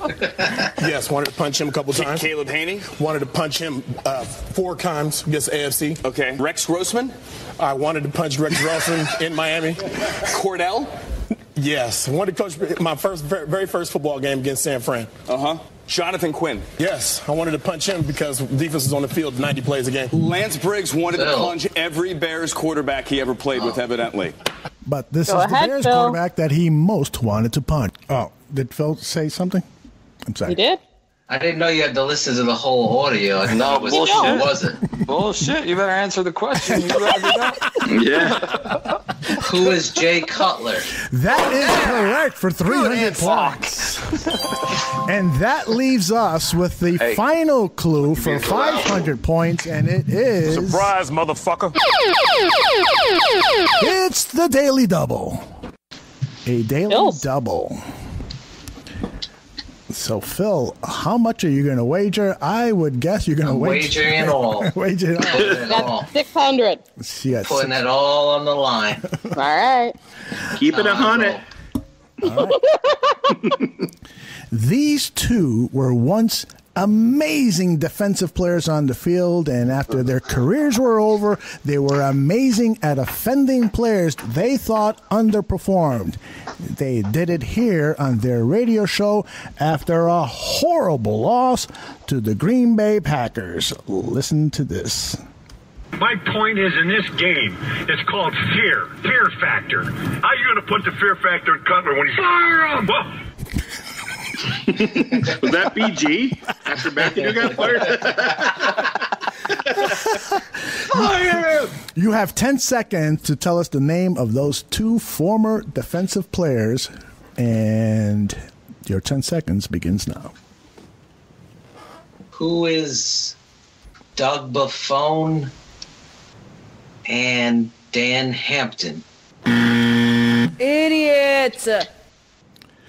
Buffone and Obradovich have been doing Obradovich did a show for about 10 years together, post-game shows, and they had some famous tirades. All right. Get down here on my level, Phil. Jesus Christ. What are you, 4'6", Bobby? Oh, okay. Leave Nicky out of this shit. All right. So, Bears Girl, give us the totals and we can figure out what we're going to do with Final Jeopardy here. Sure. So apparently cheating never works for you, Phil, because you're sitting at 0. Bobby is at negative 100. You fucked up. Let's get it right. You fucked up, and now you're trying to force the blame on the U.S. Did I not come to you guys the next day and say, I think we need to correct this? And what did you say, Phil? No. We don't got to tell anybody. It doesn't matter. I would have won anyway. I got the final two right. What do you got to go back? Hey, we got some breaking news. Wait a minute. Smartest man is back, motherfuckers. Yeah, Shayne has 2,400 points. That's like a barroom record. That's like a barroom fucking record, right? 2,400. God damn. Right, so, I'm gonna buy baseball cards for Balsley's whole fucking family. All right, we have. So everybody's in the plus. Did I hear that correctly? No one is the plus, but Shayne. Just Shayne, did you say? Mickey's over in the corner saying, fucking cut him. Cut him. Okay. So we don't need a Final Jeopardy question, right? No, we don't. All right. Well, then we have to then leave it at that and say that Shayne Marsaw is the new champion at Bears Barroom Jeopardy.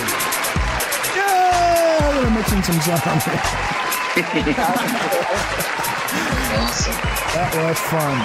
Except when the Canadians accuse us of cheating every fucking time. We beat you in hockey. It's your game. Nicky and I were having a couple of beers at Billy Goat's, and he started breaking out into song and dance. And man, the guy's talented, man. Oh, yeah. But he left his car and drive. They had to Uber home. All right. Did they go with Uber Pete? Bears Barroom Radio. That's here he comes. Stupid dumb tweets, he'll chew them up. Whoa, here he comes. The smartest tweeter. Whoa, here he comes. Stupid dumb tweets, he'll chew them up. Whoa, here he comes. The smartest tweeter. Whoa, here he comes. Stupid dumb tweets, he'll chew them up. Whoa, here he comes. The smartest tweeter. He always comes out at night.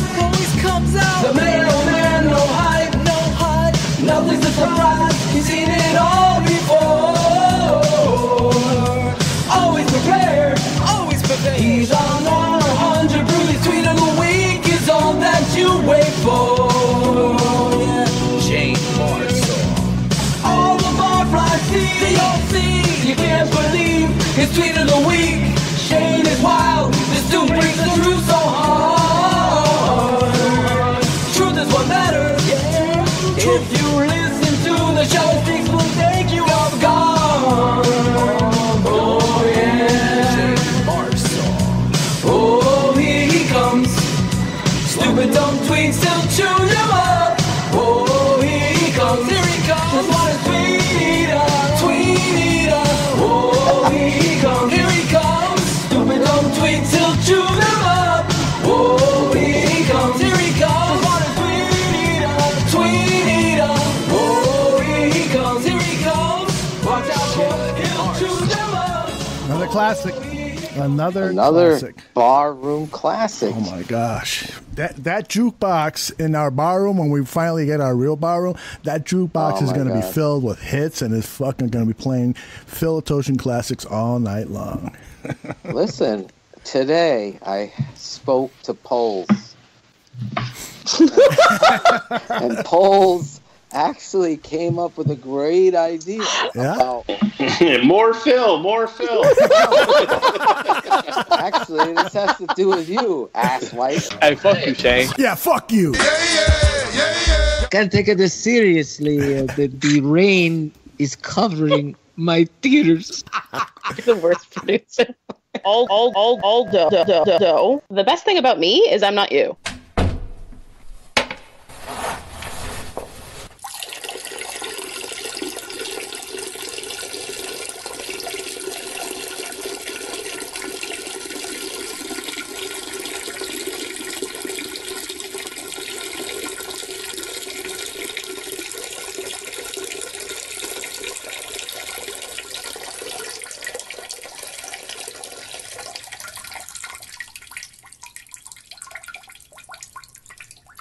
Trey got a new nickname in the chat room. Yeah? Yeah, Trey Pissy.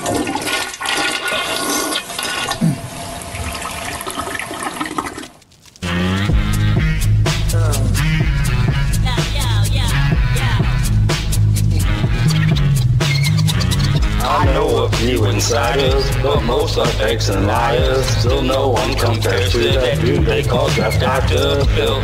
I've listened to many pods, called out all kinds of frauds. Still no one does it like that dude they call Draft Dr. Phil. He's the one spitting hot fire like salsa. Yo, this motherfucker graduated from Hofstra. He's coached the game and watched the tape. Almost time to eat, and he's gonna be late for the lunch with Larry. Y'all better hear him. This dude speaks the truth like motherfucking Siri. Dude's got more rhymes than 50 Cent. He makes his clips desirable. If you need a fucking coach, he's hireable. He's done it for years, still has a drive. Catch him every Monday night on Bears Hour Live. He'll make a song that's dope as shit. He'll smash that bitch, Captain Obvious. Oh! I know a few insiders, but most are fakes and liars. Still no one compares to that dude they call Draft Dr. Phil. I've listened to many pods, called out all kinds of frauds. Still no one does it like that dude they call Draft Dr. Phil. There, Jared, coming from the back of this track. Not that there's anything wrong with that. Go get it, chill, relax. Wanna talk about these dudes and say they ain't phony. And if she's ever lonely, Beach can get that baloney pony. I'm down here chilling in southern Indiana, while Mitchell Trubisky looks like the next Montana. The Bears are my team, and Coach Nagy is the savior. Yo, Godfather, whatever happened to the chaser? 24/7, the bar room is my source. And come December, we're the kings of the north. The offense gonna kill him, and the defense gonna mangle. Opposing coaches out here be like, calling all you angels. He's been a bear for bikers. We're getting treated like doll at Rikers, but no one does it like that dude they call Draft Dr. Phil. And his last name's Toshin. Plays volleyball naked by the ocean. Still no one does it like that dude they call Draft Dr. Phil. Well, City bar flies and I said I'd chill, but fuck that noise, cause shit's about Phil. About to burn it up, won't be able to breathe. And I'll talk about Phil when I'm done with these trees, both from the north and our heads are hard. But you better stop shitting on my top 10 guard. That shit is over, I ain't gonna bother. Just ask my boy, the fucking guard bomb. Phil's a good dude and got mad respect, but I'll take a couple zeros at the end of that check. Holding down the bar room and the future's brighter. You're on this cast, I ain't a fucking ghostwriter. Oh! I know a few insiders, but most are fakes and liars. Still no one compares to that dude they call Draft Dr. Phil. I've listened to many pods, called out all kinds of frauds. Still no one does it like that dude they call Draft Dr. Phil. It's a man cursing him on the track, OTP, and don't open that. Coming from the south side and I'm spreading the truth, cutting up tape off DHL and 100 proof. Phil was a coach and we know the sport. Motherfucker's got jokes cause he knows I'm short. He talks the shit, but he's 1 inch taller. He put a booster seat in his fucking Ebola. With the Bulldogs, I'm losing him off the chain. Skip the opening rant cause he's gonna complain. Watch out for when he says, just real quick, 30 minutes later, he's still talking shit.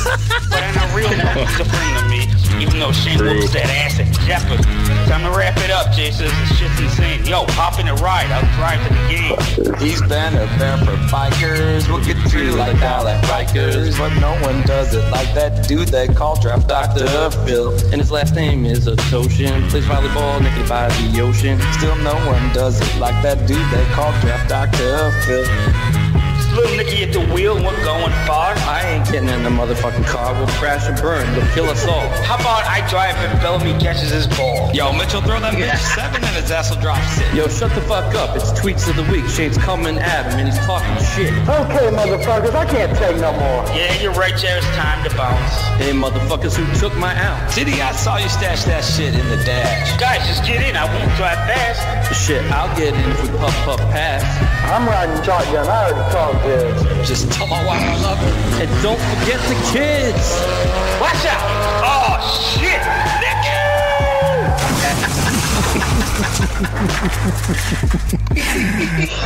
Wow. Yep.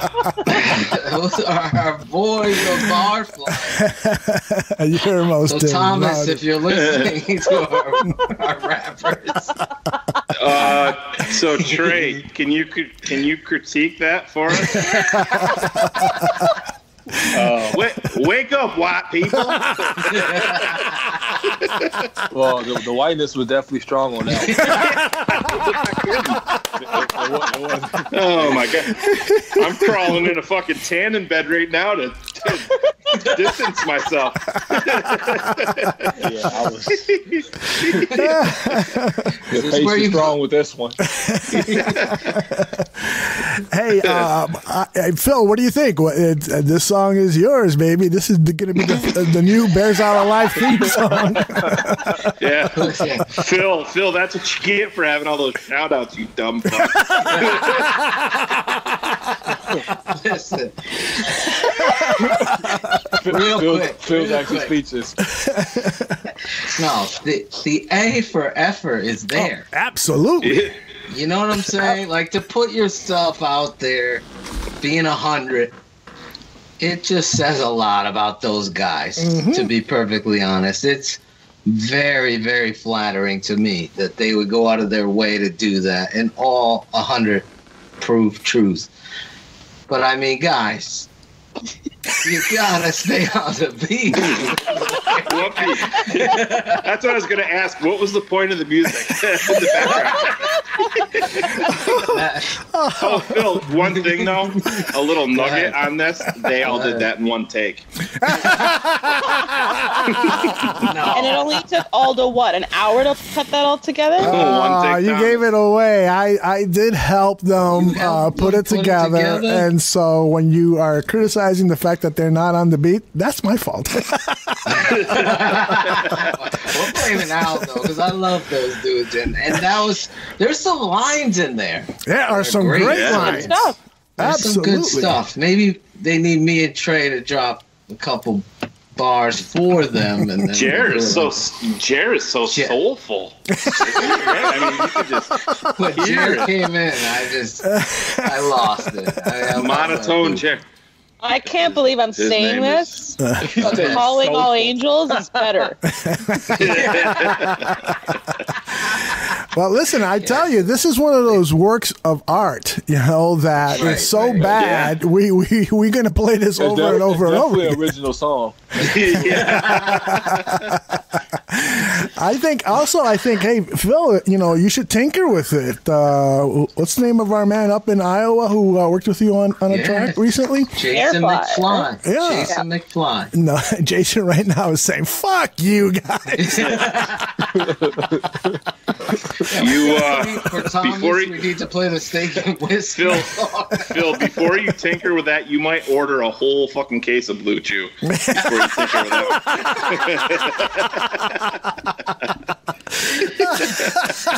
So we shouldn't offer that single with every purchase from the Bears Barroom Jeopardy. I think it has to be on my album. Yeah. Oh, for sure. The bonus track. That's the bonus track right there. I love how they all die at the end after making us suffer. Yeah. Little Nicky crashes a fucking car. Phelan and Little Nicky were getting ready. I was waiting for Jared to come in during the car crash and saying, "Oh no, we're all gonna die." I can't believe this. No, see, I thought his line was going to be, "I'm calling all angels." Yeah, right. Save me. I'm telling you, those guys worked their butts off to make that happen, and they deserve a lot of credit. And every chuckle that we're having at your expense is definitely appreciated by those of us here at Bears Barroom. Really well done, fellas. That Bears girl's so fucking hot. I just want you to send me that song, please, Elder. That is great. That was good, man. I didn't want to laugh, man, during the song because I know. That's like Phil's tribute and shit. I'm like, man, I didn't want to laugh. I didn't want to be that guy. I was just thinking about Trey the whole time, saying these white motherfuckers, and I'm on the show with these guys. Trey's like, you fucking can't get on the beat. Fuck. I was like praying for them in the moment. Get on it. They were literally off it within the first 3.5 seconds. I don't think they were ever on it. And I would say, it never got on it. Yeah. You think about all the African American art forms that white people have just tried so hard to fuck up. Jazz, blues, rap, you name it. Oh boy. It's so sad. Oh boy. That's another show. Bears Barroom. Breaking news. The white people are at it again. No. White people are at it again. That is funny. Bears Barroom Radio. And my God. Pockets. He's Nicky Pockets, short and stout. Don't get in a car with him, get the fuck out. Talking Quentin Nelson will make Hulk pout. Tip Nicky over and his iPhone falls out. Hey Nicky, it's all fine. You said you would do it on time. Hey Nicky. Hey Nicky. Get into it, let's go through it. According to them drops, there's nothing to it. Hey Nicky. Hey Nicky. Nicky on Twitter, you're up there talking frogs. You don't care. Hey Nicky. Hey Nicky. Oh Nicky, it's so shitty you don't understand. The barroom only grows with Nicky's helping hand. Oh Nicky, grab that drop, make that shoulder plan. It's guys like you, Nicky. It's what you do, Nicky. True, Nicky. The ball flies hard, Nicky. Nicky. Hey, Nicky. Oh, Nicky. You've been around the barroom. You're broken down a guard. You're laying down the truth. On Twitter, you go hard. Why can't you let it go? You have to call a fraud, Nicky. Oh, Nicky. Yeah, Nicky. Call out a fraud, Nicky. All you say you will probably means you won't. You're breaking glass windows. BG says please don't. Sometimes you disappear. Where do you go, Nicky? Where do you go, Nicky? Oh, Nicky, it's so shitty you don't understand. The barroom only grows with Nicky's helping hand. Oh, Nicky, grab that drop, make that show as planned. It's guys like you, Nicky. It's what you do, Nicky, too, Nicky. Jump on Nicky on, Nicky. Hey, Nicky. Hey, Nicky. Your nose, don't move your nose, Nicky. Your neck, Nicky. You're on the show, Nicky. Where did you go, Nicky? How do you flow, Nicky? Break the fucking window, Nicky. Hey, Nicky. Nicky. Nicky Pockets. There you go. That's top 10, bro. That's top 10. Oh, yeah? Oh, yeah. That is definitely Really? top 10. I forgot how good that was. That was There's a excellent. lot of Easter eggs in that song. Oh, shit. Holy shit, man. Wow. So we're going to have the Bears Barroom Barfly Edition CD. Yeah. I got Chrissy Armstrong, Nicky. I got Shayne, could you do a little air Jared for it? I fucking love Easter eggs. That'd be hilarious.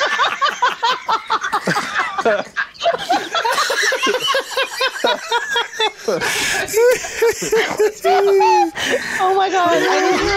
I need a fan. Can you play the song and just go to LJ part? Please make that a drop. I can do that. Hold on a second. I need a good laugh. You gotta write down the fucking lyrics, and I'll do a redo. I'll send them to you. Oh, yeah. Oh my god! Get the We'll do a parody of the song. And make it on Trey and Shayne. And make it on beat. Yeah. I think it's around here. Hold on a second. Like that dude that called that doctor. There, Jerry, coming from the back of this track. Not that there's anything wrong with that. Yo, did chill, relax. Wanna talk about these dudes and say they ain't phony. And if she's ever lonely, beach can get that baloney pony. I'm down here chilling in southern Indiana.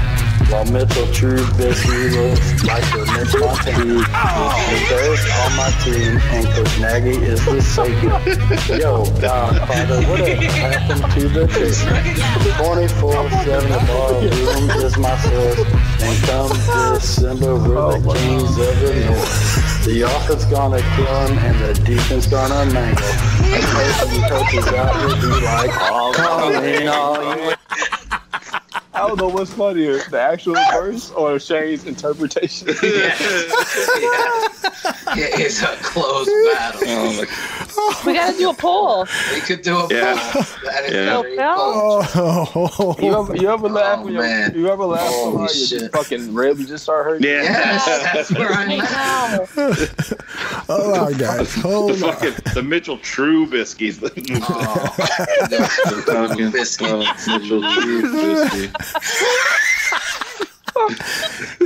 I got a TV. They have the draft on here, and I've just pictured Aaron Jerry making the Bears announcement. All fucking say, 8th pick with the 18 NFL draft. The Chicago Bears select Roquan Smith, linebacker, University of Georgia. Fucking A. I love you, Jerry. I hope you don't take it out. Hold on, guys. Hold on, fellas. Hold on. Before we leave, I want to play for you the isolated track of Air Jam. Yes. Acapella. You are a fucking brilliant. Not the And it goes a little something like this. I know a few insiders, but most are fakes and liars. Still no one compares to that dude they call Draft Dr. Phil. I listened to many pods, called out all kinds of frauds. Still no one does it like that dude they call Draft Dr. Phil. Does he say I love it when you're so deep inside of me? Of this track. Not that there's anything wrong with that. Yo, Dick, chill, relax. Want to talk about these dudes and say they ain't phony. And if she's ever lonely, beach can get that baloney pony. I'm down here chilling in southern Indiana. I fucking made it to the song? Really? You didn't hear it the first time? You're making it to every Air Jair song. For Jesus Christ. That's the baloney pony, classic. though. Oh, my Lord. God, that is a drop right there. That one. Air Jam, you are fucking gold. Gold. If you can cut and splice, I'm calling all angels. Yeah. To get that baloney pony. That's beyond comedy gold. No thanks. Is there a step up from comedy gold?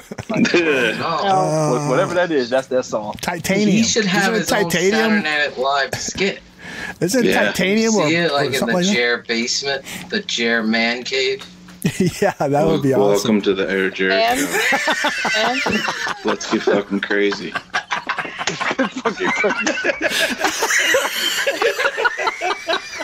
Can the ghost be his co-host? Remember the ghost? hey, yo, ghost, hit that beat. Yeah. the fucking yo, ghost, drop that beat. Then have Shayne come on and do it. I'm talking about Draft Dr. Oh my God.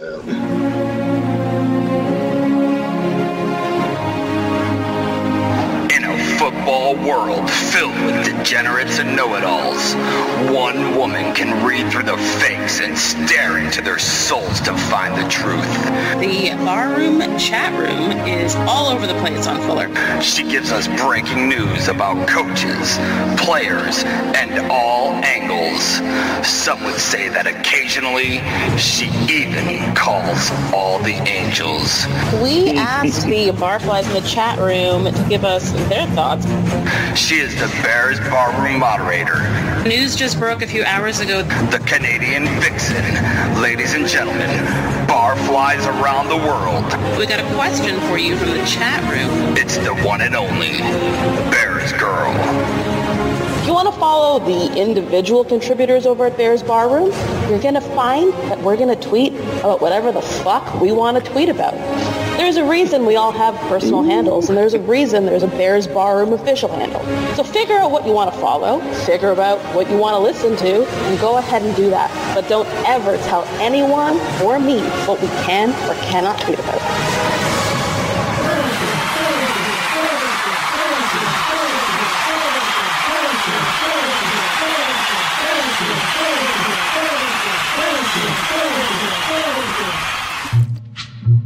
So much material, so much stuff that we could still play for you, but we're already well over 3 hours. I wanted to share some of the hijinks that we've had the first half of 2018 as we get close to the start of training camp. It's almost within reach, and I still have some Draft Dr. Phil songs that I want to close the show with, but my shout outs first of all.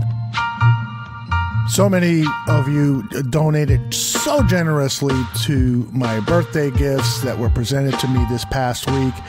I actually celebrate my 60th birthday in September, but as I mentioned earlier in the show, Bobby Phelan was in town, and he organized this whole thing. He started this GoFundMe account. He worked with Bears Girl to keep this a secret from me and make arrangements, and Nikki Kurtz was also heavily involved in it.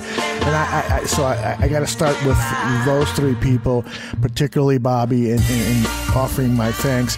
And then the people who donated money: Nelson Daniels, Jim Larison, Bears Girl, Chris Bodwich, Antonio Contreras, James Forte, Brett Maley, Jim Muller, Tom O'Malley, Johnny Santucci, Phil Atoshin, George Bayless, Nick Kurtz, Dustin Reagan Padilla, Aaron Torricelli, Wanda Weedman, Anthony Kukol, Heidi Zimmerman, Chris Armstrong, Brian Quinn, Jeremy Kramer, Mark Sherman, Brent Driscoula, Shayne Marsaw, and Ryan Badgley. Thank you all. Also, several people who donated anonymously, and others who have reached out to me telling me that they're going to send me some personal gifts. I'm just floored by the generosity, by the support for Bears Barroom Radio Network, whether you're a member of the team here or the barflies who are constantly tweeting things out, trying to get us guests. It just goes on and on. So I'm so very grateful. You probably are tired of hearing us say how much we appreciate you, but truly, from the bottom of my heart, thank you very much for everything that you do. I'm going to close the show now with some Draft Dr. Phil songs. This has been our first highlight show of Bears 100 Proof, and I hope you've liked it. I hope you let other people know about the crazy shit we're doing here. And remember, if you drink, please do not drive, and always bear down.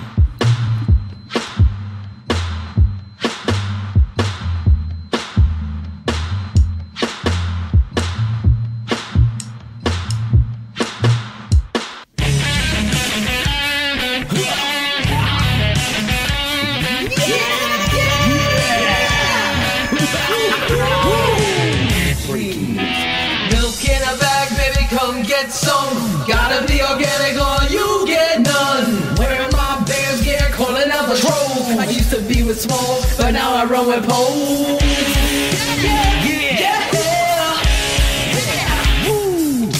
Milk in a bottle, try to milk in a can. It's always in a bag, or you're not Canadian. Sometimes anytime, maple sugar sweet, Canadian organically.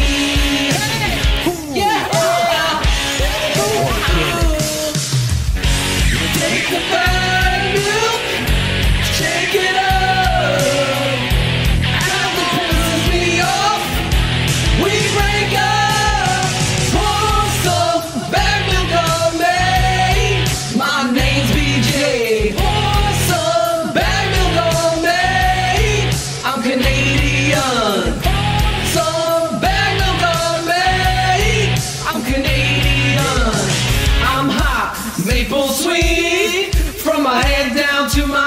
yeah.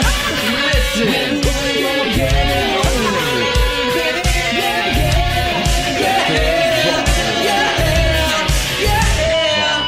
Blue jersey, orange jersey, white jersey, go. Crazy little woman and a three-man show. Show flow, plan a highlight extraordinaire. Breaking crazy news with my big curly hair, curly hair.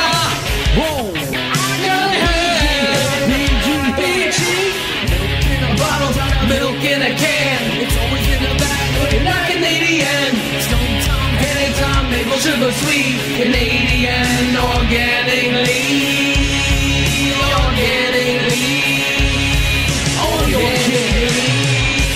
Take the bag milk, shake it up. Drink the bag milk, stir it up.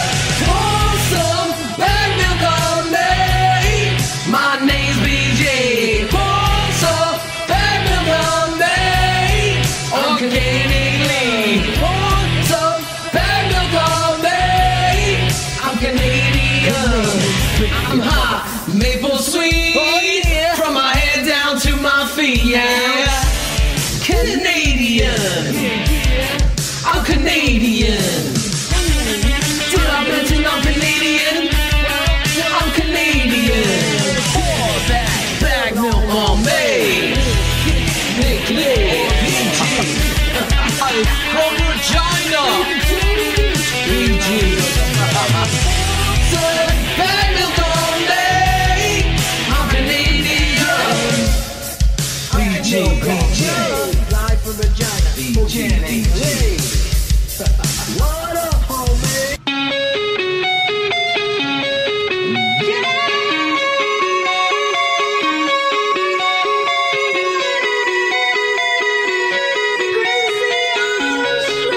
Chrissy Armstrong.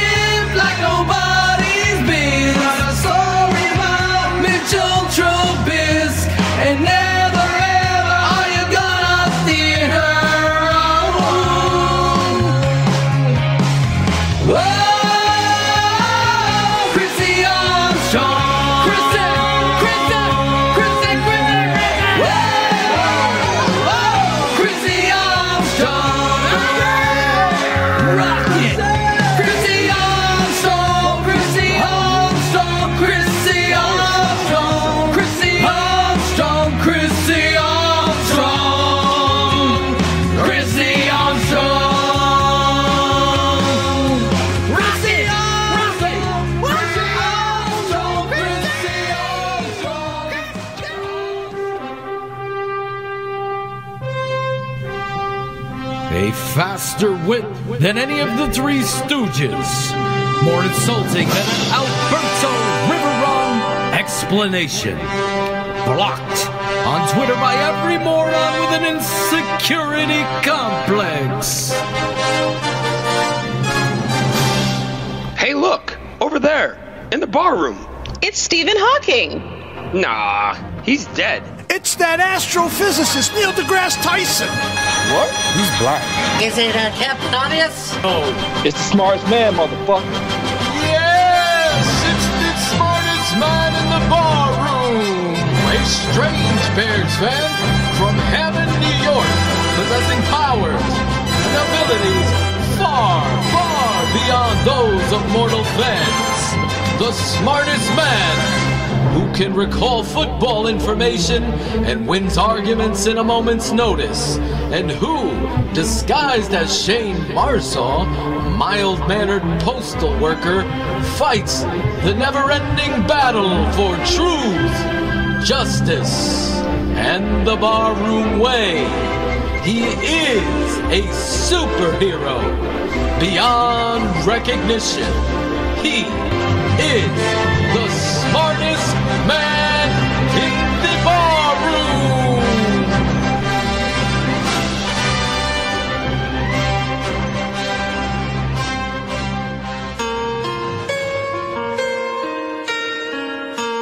Breaking news. Turn it on every now and again on the barroom. You love her and you know she's coming round. Turn it on. There's our live or 100 proof. You listen to the sound of her voice. Turn it on. Every now and again she get a little bit nervous. That Phil will talk the whole hour by. Turn it on. Every now and then we'll skip the show flow and then you see that crazy look in her eyes. Turn it on. She falls apart. Turn it on, Bee Gee's eyes. Every now and then she shows her heart, and she needs you now tonight, and she wants to chat together.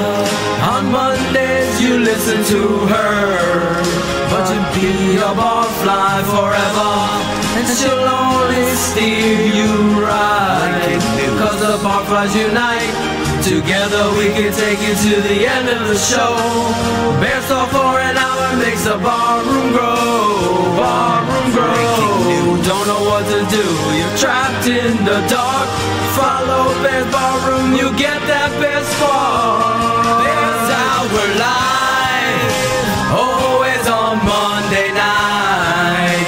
You hope that Monday's tonight. Once upon a time there was no show at all. Now the Bears Barroom has lots. We got Bears Girl and Aldo's pouring shots. Breaking news. Breaking news. Once upon a time there was no show at all. Now the Bears Barroom has lots. We got Bears Girl and Aldo's pouring shots. Never blame Canada. Another the Bears.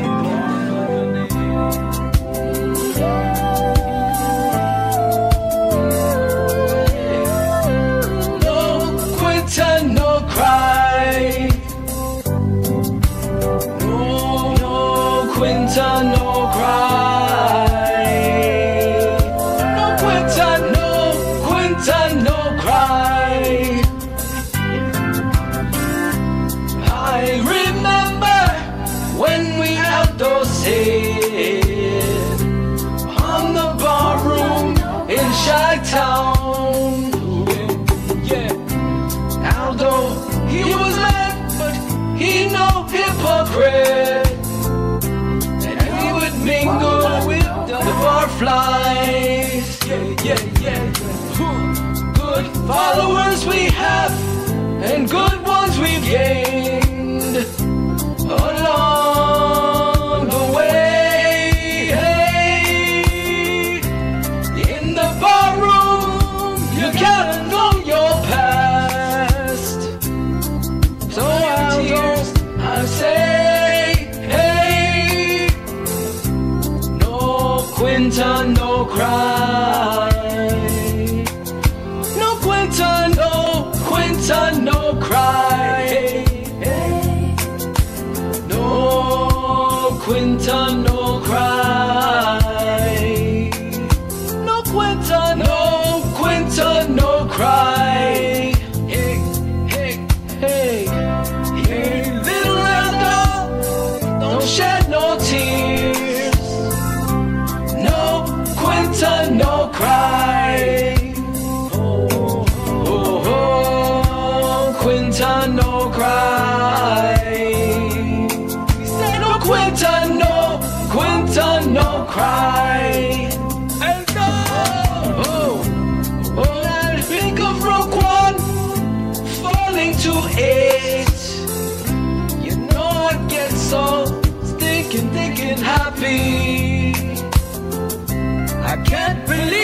future is just that great. Because we got Roquan, and Daniels. And combination, can't get the love. And now the fireflies, they say, hey, no Quinton, no cry. No Quinton, no cry. Hey, hey. The Bears are gonna be alright now. The Bears are gonna be alright. The Bears are gonna be alright now. The Bears are gonna be alright. The Bears are gonna be alright now. The Bears are gonna be alright. The Bears are gonna be alright now. The Bears are gonna be alright. Quinton, no cry. Yeah. Quinton, no cry. Hey, just let it go. No, we got Quinton, no cry. No, Quinton, no cry. Quinton, no cry. Hello, my man. I don't know gotta worry about Matt Nagy in the future. The Bears, you know. James Daniels. Everything gonna be Irie. Smith. Everything Irie. And Anthony Alright. Ladies and gentlemen, every week, every day, so many insiders, so many rumors that you have to wade through. There's one man with one eye man. You know him as Lock 'em for a, lock 'em for a, lock 'em for a, lock 'em for a, lock 'em for a, lock 'em for a, lock 'em for a, lock 'em for a. He's Jason, lock 'em for a. What did Jason say? Lock 'em for a, lock 'em for a, lock 'em for a, lock 'em for a, lock 'em for a, lock 'em for a, lock 'em for a, lock 'em for a. He's Jason, lock 'em for a. What did Jason say? Lock 'em for a, lock 'em for a, lock 'em for a, lock 'em for a, lock 'em for a, lock 'em for a, lock 'em for a, lock 'em for a. He's Jason, lock 'em for a. One eye, he's for a, lock 'em for a, lock 'em for a, lock 'em for a, lock 'em for a, lock 'em for a, lock 'em for a, lock 'em for a. He's Jason, lock 'em for a. What did Jason say?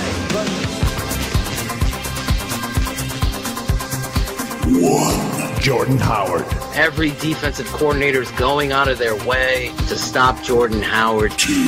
Akiem Hicks. He's splitting double teams. He's going after triple teams. I mean, he is a tone setter up front. 3. Cody Whitehair.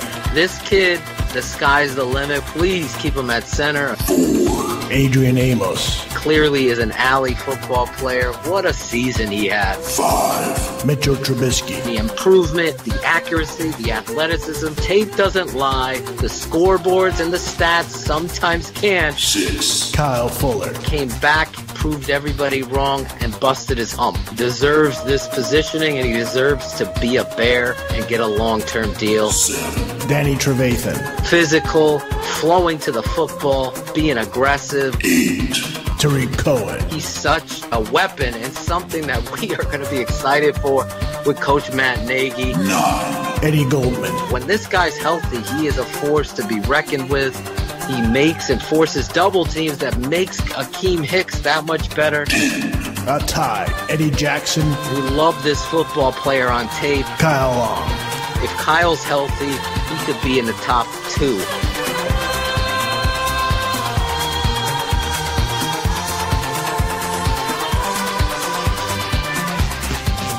Mike Glennon throws a ball a millisecond late. What a piece of garbage. But if Tom Brady does it, you say, oh, man, that receiver should have got out of his brakes faster. It's ridiculous, the hate on Glennon. Ridiculous. I love it. And if pigs had wings, they could fucking fly, right? Right. All the way to Canada. Dude, when I think about Mike Glennon, I always think about, you ever see a little kid when the motherfucker tied their shoes together and they can barely walk? That's what Mike Glennon reminds me of. Motherfucker got their shoes tied together. Oh boy. That motherfucker got the footwork of a fucking newborn deer. Kyle, I saw your big debate on Twitter when you said Xbox or PS4. What did you end up going with? Well, I'll preface this by saying there is no debate. The PC is the master race. I did. That's what they call it. PC master race. Don't at me, bro. And I bought a PlayStation because Tariq plays on a PlayStation. Yes. And you have to keep the little kids happy. While I have Kyle in a public forum, I want to talk to Kyle about how he has not showed me yet how to play Fortnite. And I'm truly upset that somebody that I consider to be a friend of mine has left me in the wilderness to get shot down by all these regular guys. It's not cool. Akiem, when we get back and we report next week, what we'll do is I will have a barbecue at my house, and I will invite everybody over, and you and I can go into my game room, and I will show you how to play Fortnite. Can you apologize? And I'm very sorry, big guy. I know you can't.